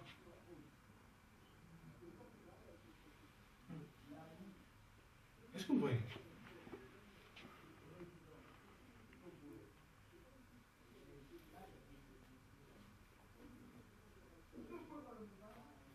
Moi aussi, je cherche à ce que vous me regardiez, parce que je vais t'acclamer. Vous allez m'acclamer en temps, ça va me faire plaisir, mais après je vais me fatiguer. Parce que c'est moi qui vais enseigner, moi qui vais prêcher, moi qui vais... Vous voyez comment on fonctionne? Il y en a un qui prêche, d'autres qui prêchent, beaucoup sont formés, c'est ça. Et on peut pas être... Nous sommes tous des sacrificateurs, ça revient encore. Mais on ne peut pas. Il y en a un qui concentre tout, et puis voilà, les autres sont là, ils sont assis, ils regardent. Non. Là, c'est un corps qui est malade. Et moi, je ne peux pas avoir tous les dons, parce que les dons sont donnés par le Saint-Esprit, n'est-ce pas? 1 Corinthiens 12. Et comme je n'ai pas le don, par exemple, seulement des esprits ou de vision, je n'arrive pas à voir les gens qui s'infiltrent dans l'église locale, l'assemblée locale. Et ça crée des atmosphères bizarres. Je prêche, mais étant donné qu'il n'y a pas la vision, ceux qui devaient rentrer dans l'église d'accès pour avoir cette vision, la parole de connaissance ou la délivrance, ils n'ont pas. Et bien ça fait que moi maintenant, dans la manière de travailler, je suis bloqué. Vous comprenez? Oui. Donc moi, quelque part, si c'est l'enseignement que je dois faire, pour bien enseigner, j'ai besoin que tous nous soyons, n'est-ce pas, derrière le voile. Et que chacun, n'est-ce pas, ait récupéré ce qu'il devait récupérer. Donc ça dit sa grâce. Afin que nous puissions fonctionner comme un corps.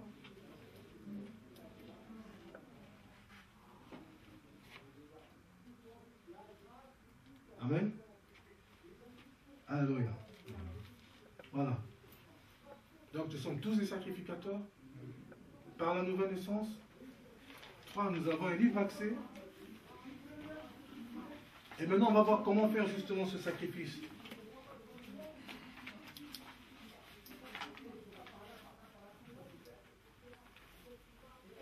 Alors, j'en parlais tout à l'heure.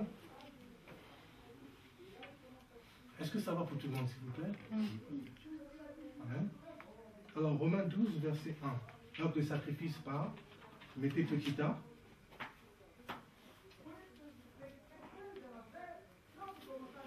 Sacrifice par, petit a. Romains 12, 1. Donc, je vous donne les versets. Romains 12, 1. Philippiens 2, 17.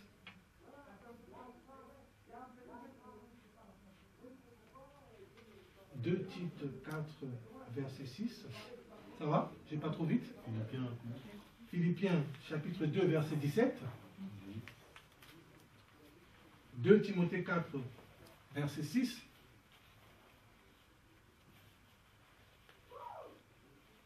Jacques 1, 27. Jacques, chapitre 1, verset 27. 1 Jean 3, verset 16. Donc ça, c'est le sacrifice par le corps. Donc on a vu en grand temps comment le ministère a évolué, n'est-ce pas? Adam et Ève, les chefs, n'est-ce pas, de famille, jusqu'aux enfants d'Israël. Et deuxième partie, on a vu donc le ministère donc sous la nouvelle alliance, donc avec nous autres. Et on a commencé par développer le point qui dit que nous sommes tous des sacrificateurs, n'est-ce pas? Et comment justement on devient des ministres?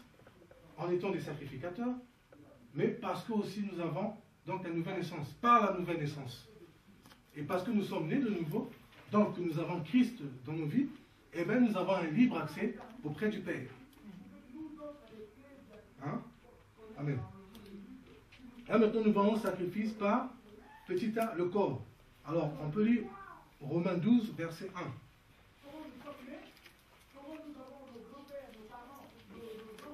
Romains, chapitre 12, verset 1. Romains 12, verset 1. Je vous exhorte donc, frères, par les compassions de Dieu, à offrir vos corps comme un sacrifice vivant, saint, agréable à Dieu, ce qui sera de votre part un culte raisonnable. Amen. Je vous exhorte donc, frères, par les compassions de Dieu, à offrir vos corps comme un sacrifice vivant, saint, agréable à Dieu, ce qui sera de votre part un culte raisonnable. Ouais. Donc le culte, c'est pas seulement chanter. Hein. On dit adoration, on pense c'est chanter. On empile les micros là.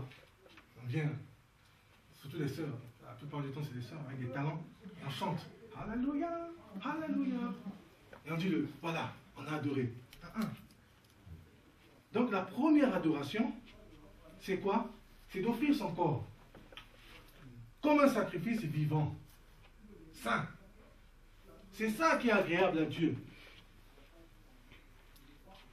Donc le ministère, déjà, c'est en s'offrant.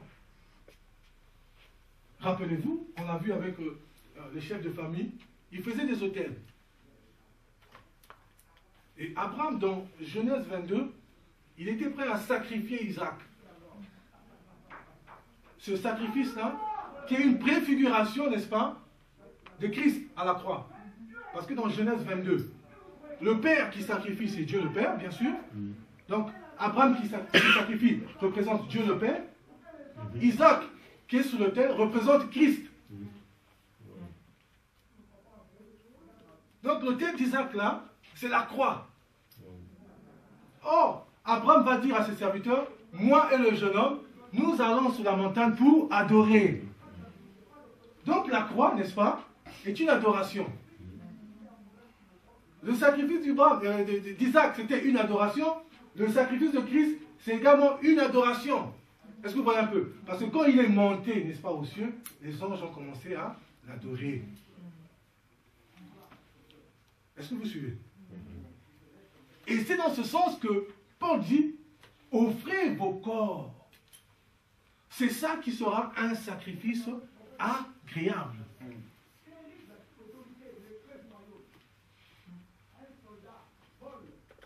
Donc ce sacrifice, ça veut dire qu'on meurt, hein? Parce que Christ à la croix, il est mort, n'est-ce pas? Et Isaac a échappé à la mort. Est-ce que vous voyez tous se rejoindre? Alors maintenant, est-ce qu'on peut adorer maintenant avec des païens? C'est pour ça que quand on est là dans nos assemblées, on adore, on sent qu'à un moment l'onction monte, et puis à un moment, pouf, on dit, mais qui a encore cassé l'onction ici là? Il y a des infiltrés. Regardez un peu. Joseph, avant de se révéler à ses frères, il va demander aux Égyptiens de sortir. Or, Joseph, c'est une préfiguration de Christ également. Donc ça veut dire que Christ ne peut pas se révéler à des Égyptiens. Égyptiens, c'est le monde, donc les inconvertis. Il ne peut se révéler qu'aux Israélites. Donc les enfants de Dieu, alléluia, c'est une révélation. Amen.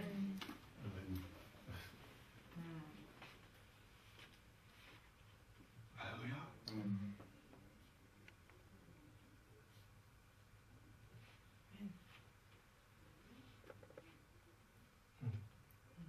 Vous voyez, Isaac, la croix à la mort, et il nous dit, chargez-vous de vos croix. Il n'y a pas de miracle.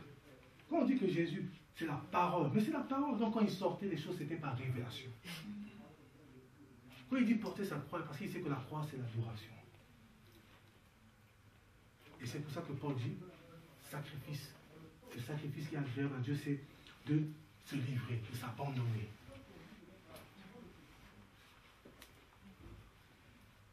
Amen, hein?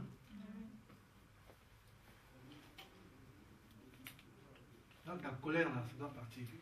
Colère. Tu vas tuer. Au nom de Jésus. De toute façon, la chair est crucifiée. C'est vrai. Hein? Si tu n'es pas crucifié, c'est que tu n'es pas converti. Tu peux réagir, mais tu as peur. Les autres versets, vous lirez à la maison. Mais est-ce que c'est clair? N'est-ce pas? La véritable adoration, c'est donc le sacrifice. Être sur l'autel. Et c'est déjà ça le premier ministère. Accomplir une tâche. Et Christ à la croix, il a accompli une tâche. Donc ça, c'est le diaconat par excellence même. Alléluia. Alors, A par le corps, B par la louange. Alors, les passages.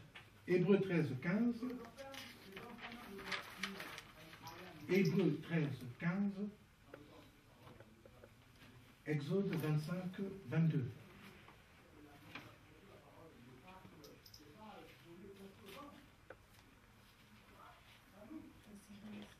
Hébreux 13, 15 et Exode 25, 22. Donc on va lire Hébreux 13, 15.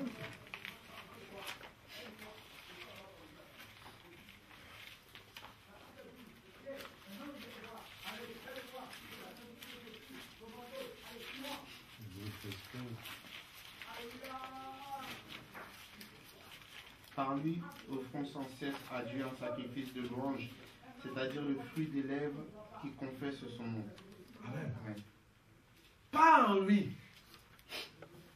offrant sans cesse à Dieu un sacrifice de louange.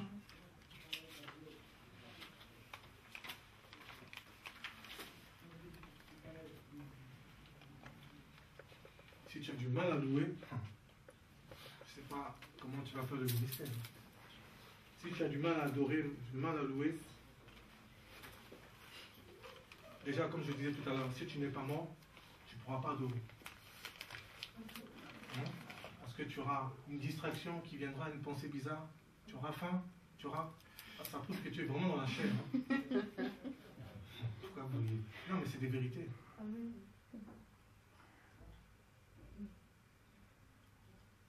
La louange. La louange, c'est aussi une attitude. Hein. Tu es dans la joie.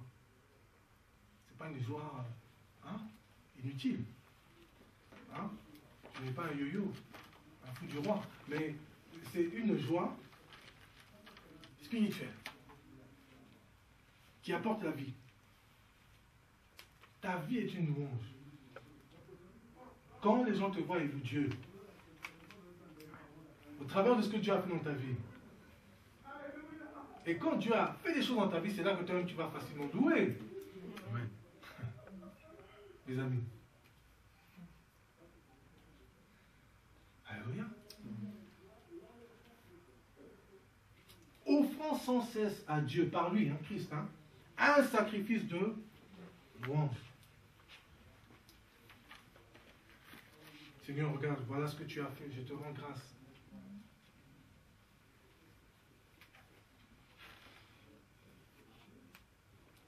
Ce que je dis, ce n'est pas pour juger, hein, ce n'est pas accusateur.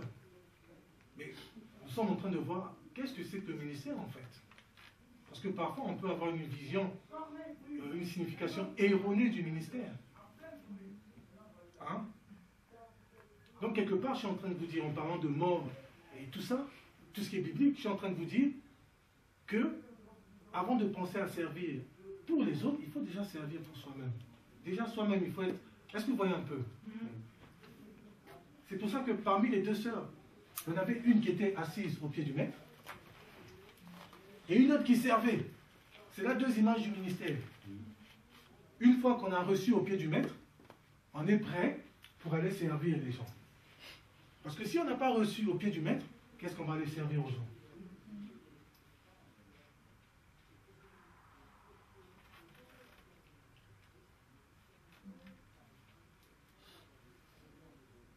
Amen.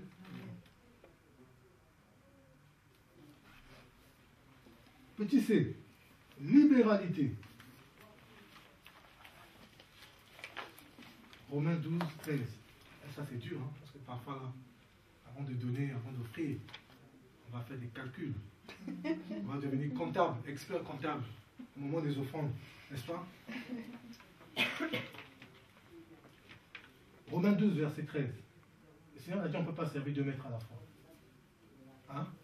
Si tu es attaché à l'argent, c'est que il y a un problème. Romains 12, verset 13. Galates, chapitre 6, verset 6. Galates, chapitre 6, verset 6. Dans le même chapitre, il y a aussi le verset 10.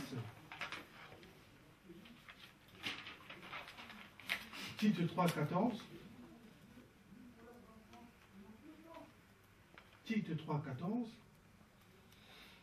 Hébreux 13, verset 2 et ensuite verset 16. Hébreux 13, les versets 2 et 16. Et 3 Jean 5, 8. Alors, est-ce qu'on peut lire, s'il vous plaît? Oui, ma soeur. Il y a aussi ce qu'on vient de lire, là, Romains 13, 15, enfin 16, parce qu'après il dit, et n'oubliez pas la bienfaisance, Oui. bienfaisance et la libéralité. Oui. Oui. Donc, de 13 à 16. Voilà.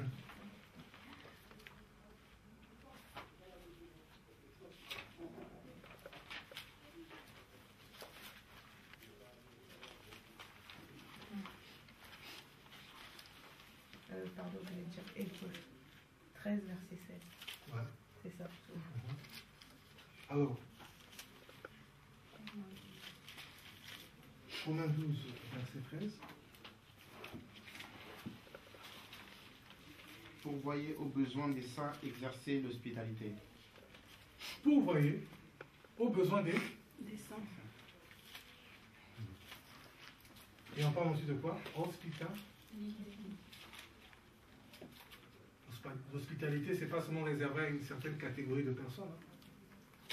On va dire, ah, moi j'ai reçu trop de satanistes. Ils m'ont plombé l'atmosphère à la maison. Ils venaient me serrer le cou quand je dormais. S'ils venaient te serrer le cou, il y a un problème. Hein? Bah, que voulez-vous que je dise? Le sataniste, il est chez toi, il va sentir. Amen. Il ne va pas partir sans être dévoilé. S'il part, il t'a saccagé, il t'a fait manger je ne sais pas quelle vitamine, des engrais chimiques, et puis il part tranquillement, c'est que là, il y a un problème. Mais si tu es dans le lieu très saint, donc tu es en communion avec le Père, ce que le Père voit, toi tu vas le voir. Amen. Même en dormant, tu auras une vision, tu dis, oh alléluia, qu'est-ce qui se passe?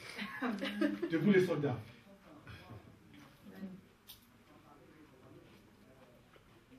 Là, la personne à côté de toi, tu dis, on n'a rien à craindre. Amen. On n'a rien à craindre. Vous savez, le Seigneur doit être triste quand il voit son église. Hein?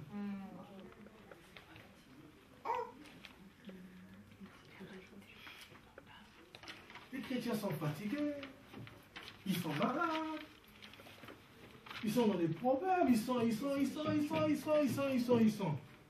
Les problèmes sont plus nombreux que, n'est-ce pas, les bénédictions et la parole de Dieu qui s'accomplit dans leur vie. Comment est-ce possible?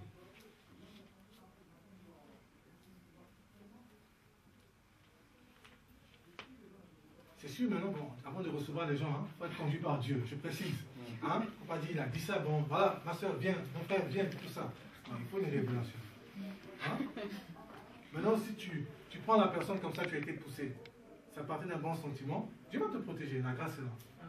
Mais attention. Mais on ne doit pas avoir peur. Alléluia. Hein?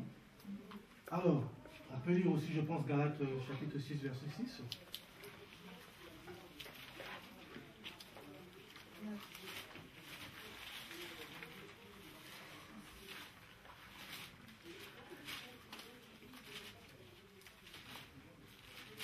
Celui à qui l'on enseigne la parole fasse part de tous ses biens à celui qui l'enseigne. Amen. Bon, je n'ai pas voulu manipuler avec ça. Hein? C'est l'amour. Amen. Hein? Non. C'est la parole. Hein? Bon, on passe très vite. Hein? Amen. Verset 10. Verset 10.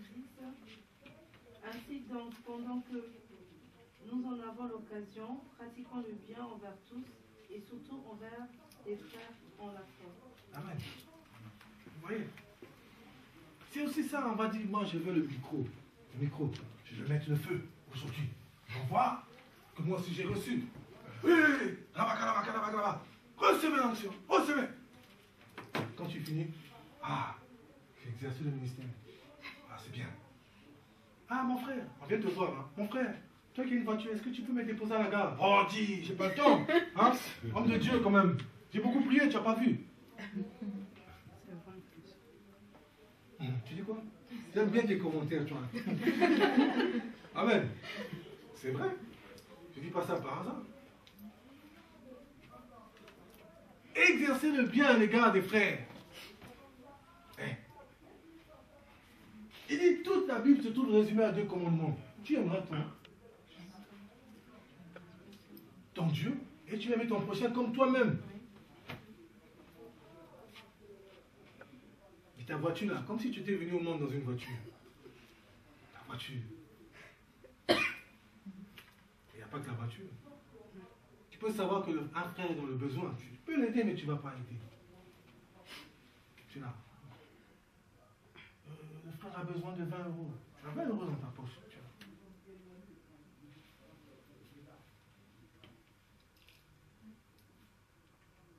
as. Ouais. Parce qu'il y a des gens qui sont dans la rue. Tu vas lui prêcher l'évangile, il va te dire, moi j'ai faim d'abord. Il y a du social aussi. Aujourd'hui, il y a le pain quotidien. Alors,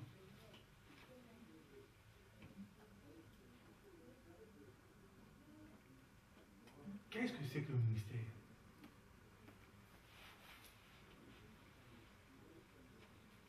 Ça va?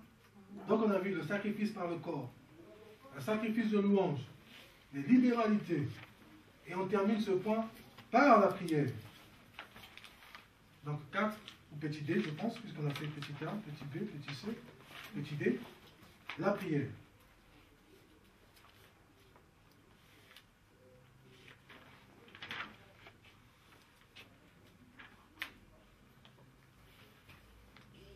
Colossiens, on y est? Colossiens, chapitre 4, verset 12. Colossiens 4, 12.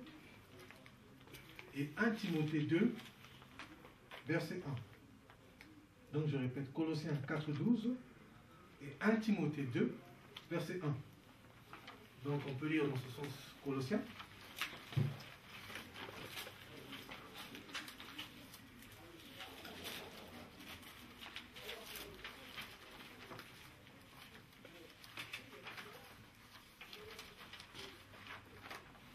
Colossiens 4, verset 12. Épaphras, votre compatriote, vous salue, serviteur du Christ Jésus. Il ne cesse de combattre pour vous dans ses prières, afin que, parfait et pleinement convaincu de la volonté de Dieu, vous teniez ferme. Amen. Il ne cesse de combattre pour vous dans la prière. Ah.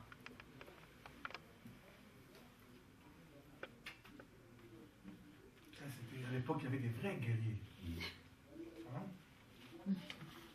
Nous, on va prier, nos vies de prière, c'est en don de ci. Mais quel est ce ministre-là qui n'a pas de vie de prière? C'est pas possible. Même Jésus, qui est le maître, donc le ministre par excellence, il se retirait dans la nuit, dans des lieux déserts pour prier. À plus forte raison, vous et moi. Alors qu'il faisait encore nuit, Jésus-Christ se retira dans un lieu désert pour prier. Et comme vous voyez la suite, n'est-ce pas, de ce chapitre, vous voyez que dans la journée, il y a un malade qui est venu, et le Seigneur a prié pour lui. Et ce malade a été guéri. Donc ces réunions à lui, ces rencontres, le ministère, il le prépare également dans la prière. Vous voulez qu'on lise ça?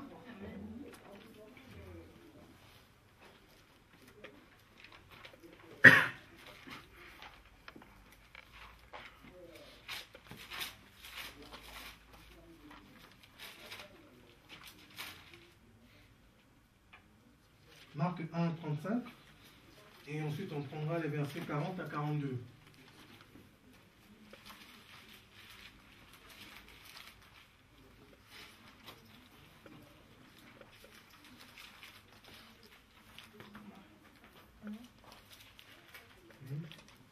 Verset 35, et ensuite 40 à 42.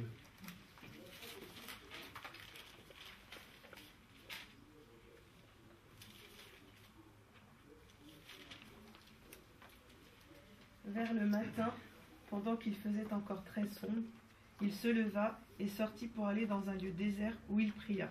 Amen. Versets 40 à 42. Un lépreux vint à lui et se jetant à genoux, il lui dit d'un ton suppliant, « Si tu le veux, tu peux me rendre pur. » Jésus, ému de compassion, étendit la main, le toucha et dit, « Je le veux, sois pur. » Aussitôt la lèpre le quitta et il fut purifié. Amen. Vous voyez? Très tôt le matin, il a prié. Et dans la journée, un lépreux est venu. Voilà le résultat. On va dire, ah, c'est Jésus, mais c'est Jésus. Jésus a dit, celui qui croit en moi, il fera les mêmes choses que moi. Il en fera même, c'est plus grand. Jean 14, 12, n'est-ce pas? Ça veut dire que nous aussi, nous devons nous préparer dans la prière. Et on a vu qu'Épaphras, il priait pour les autres. Donc, il était au service des autres. Hein. On a dit le ministère, c'est servir les autres. Donc, il priait pour les autres. Et Jésus-Christ, lui, sa prière matinale, c'était pour prier pour les malades. Donc, toujours prier pour les autres.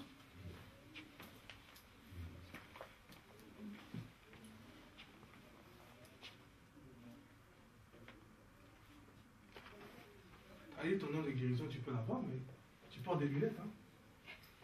Tu pries pour les autres, les lunettes tombent. Toi-même, tu es comme ça.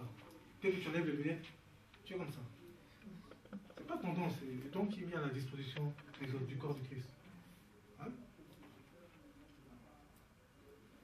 J'ai prié, nous avons prié pour des femmes qui étaient stériles, elles ont accouché. Moi, je prie pour ma femme. J'attends. Gloire à Dieu. Est-ce que vous voyez un peu? Il est juste. C'est pas ça qui nous arrête. Amen. La course, on la continue. Amen. Amen, hein? Amen. C'est une course.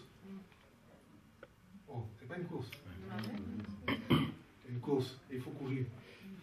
Montre-moi comment tu cours. Hein? Montre-moi comment tu cours. Il y en a qui courent comme ça. Alors qu'il faut courir comme ça. Alléluia.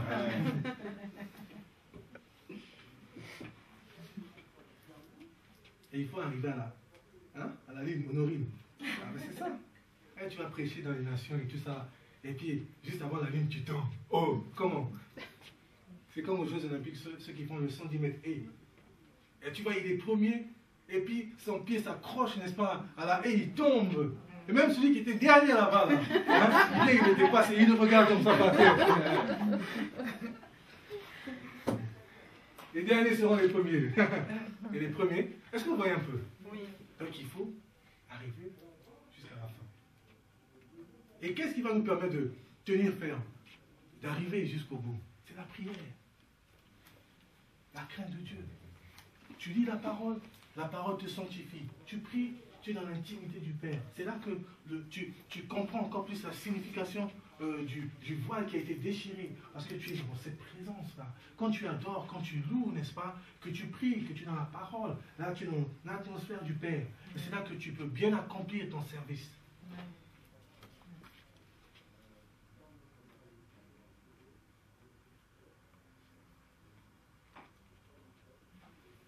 Alléluia. Amen.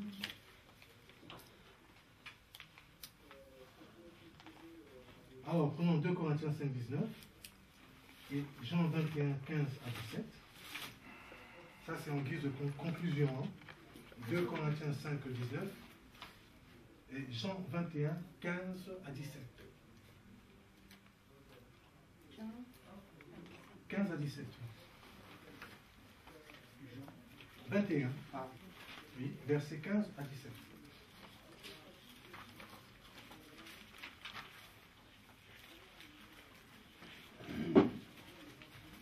Corinthiens 5, 19. Car Dieu était en Christ, réconciliant le monde avec lui-même sans tenir compte aux hommes de leur faute. Et il a mis en nous la parole de la réconciliation. Amen. Hein? 2 Corinthiens 5, 19. Car Dieu était en Christ, réconciliant le monde avec lui-même, en n'imputant point aux hommes leurs offenses, et il a mis en nous la parole de la réconciliation. Donc vous voyez, le ministère quelque part se trouve résumé à ce verset. Dieu était en Christ, n'est-ce pas? Réconciliant le monde avec lui. Le monde qui était séparé lorsque Adam et Ève ont péché. Est-ce que vous voyez? Réconciliant le monde avec lui-même, donc, en n'imputant point aux hommes leurs offenses. Tous avaient péché, étaient privés de la gloire de Dieu à cause d'Adam, mais parce que Christ est venu, n'est-ce pas? Les fautes ont été effacées. Donc, il a oublié les fautes. Est-ce que vous voyez un peu? Et il a mis en nous la parole de réconciliation.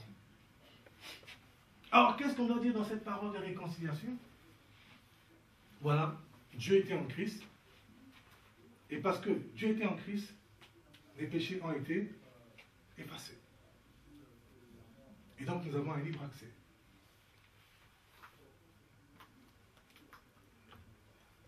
Et je répète encore comme je dis tout à l'heure, tu vas chanter, tu vas prêcher, tu vas enseigner, tu vas prier.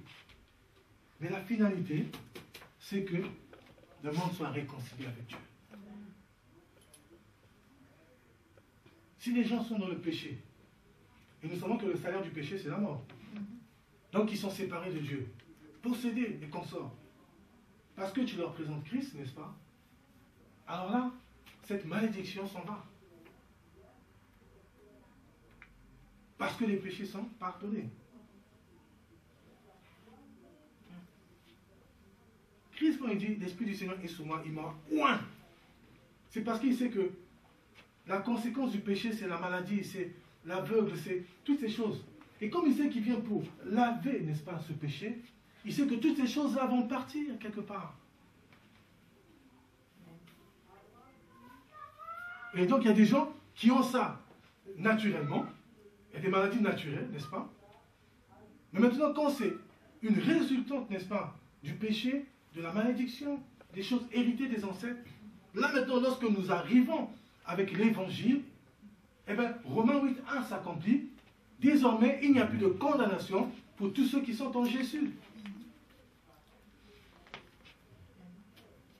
Donc, en fait, nous annonçons la bonne nouvelle. Vos péchés sont pardonnés. Vous êtes sauvés. Et maintenant, ce qui va se passer après, c'est le Saint-Esprit. Comment il va agir, comment il va délivrer, comment il va libérer, comment il va guérir, comment il va consoler, comment il va toucher les cœurs, ça c'est le Saint-Esprit. Nous, on n'en sait rien. Mais simplement, nous proclamons, n'est-ce pas, la parole du Seigneur. Est-ce qu'on peut dire Amen? Amen. Alléluia. Alléluia. Qui croit que c'est possible? Hein? Alléluia. Est-ce qu'il y a des hommes et des femmes de feu? Les amis. Donc, hein, la foi, c'est cette parole qui est sortie là. Si tu la saisis, regarde la personne qui est à côté de toi. Dis-lui, il faut saisir ça. Il faut la saisir.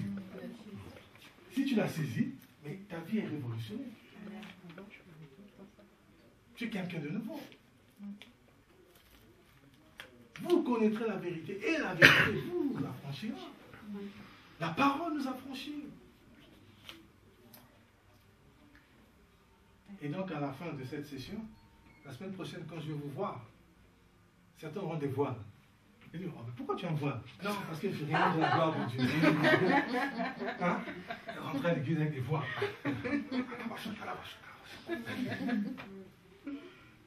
Alléluia. Amen. C'est possible. Jésus-Christ a tout accompli. Quand il mourait comme ça, mes amis, il a dit, Élie, Élie, lama sabachthani. Les gens se sont trompés.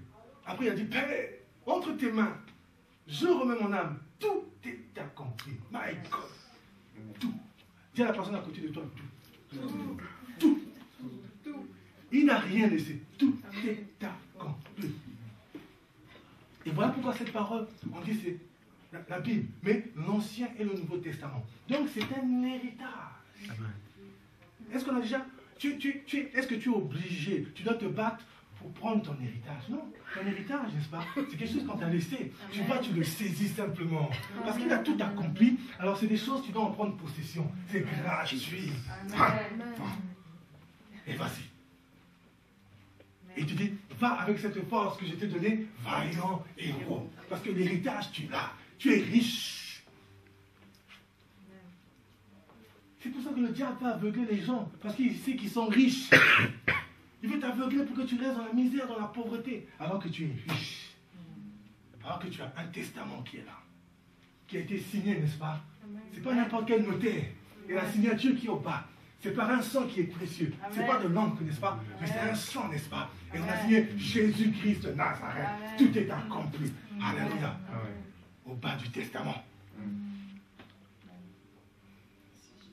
C'est pour ça que nous sommes des ministres de feu.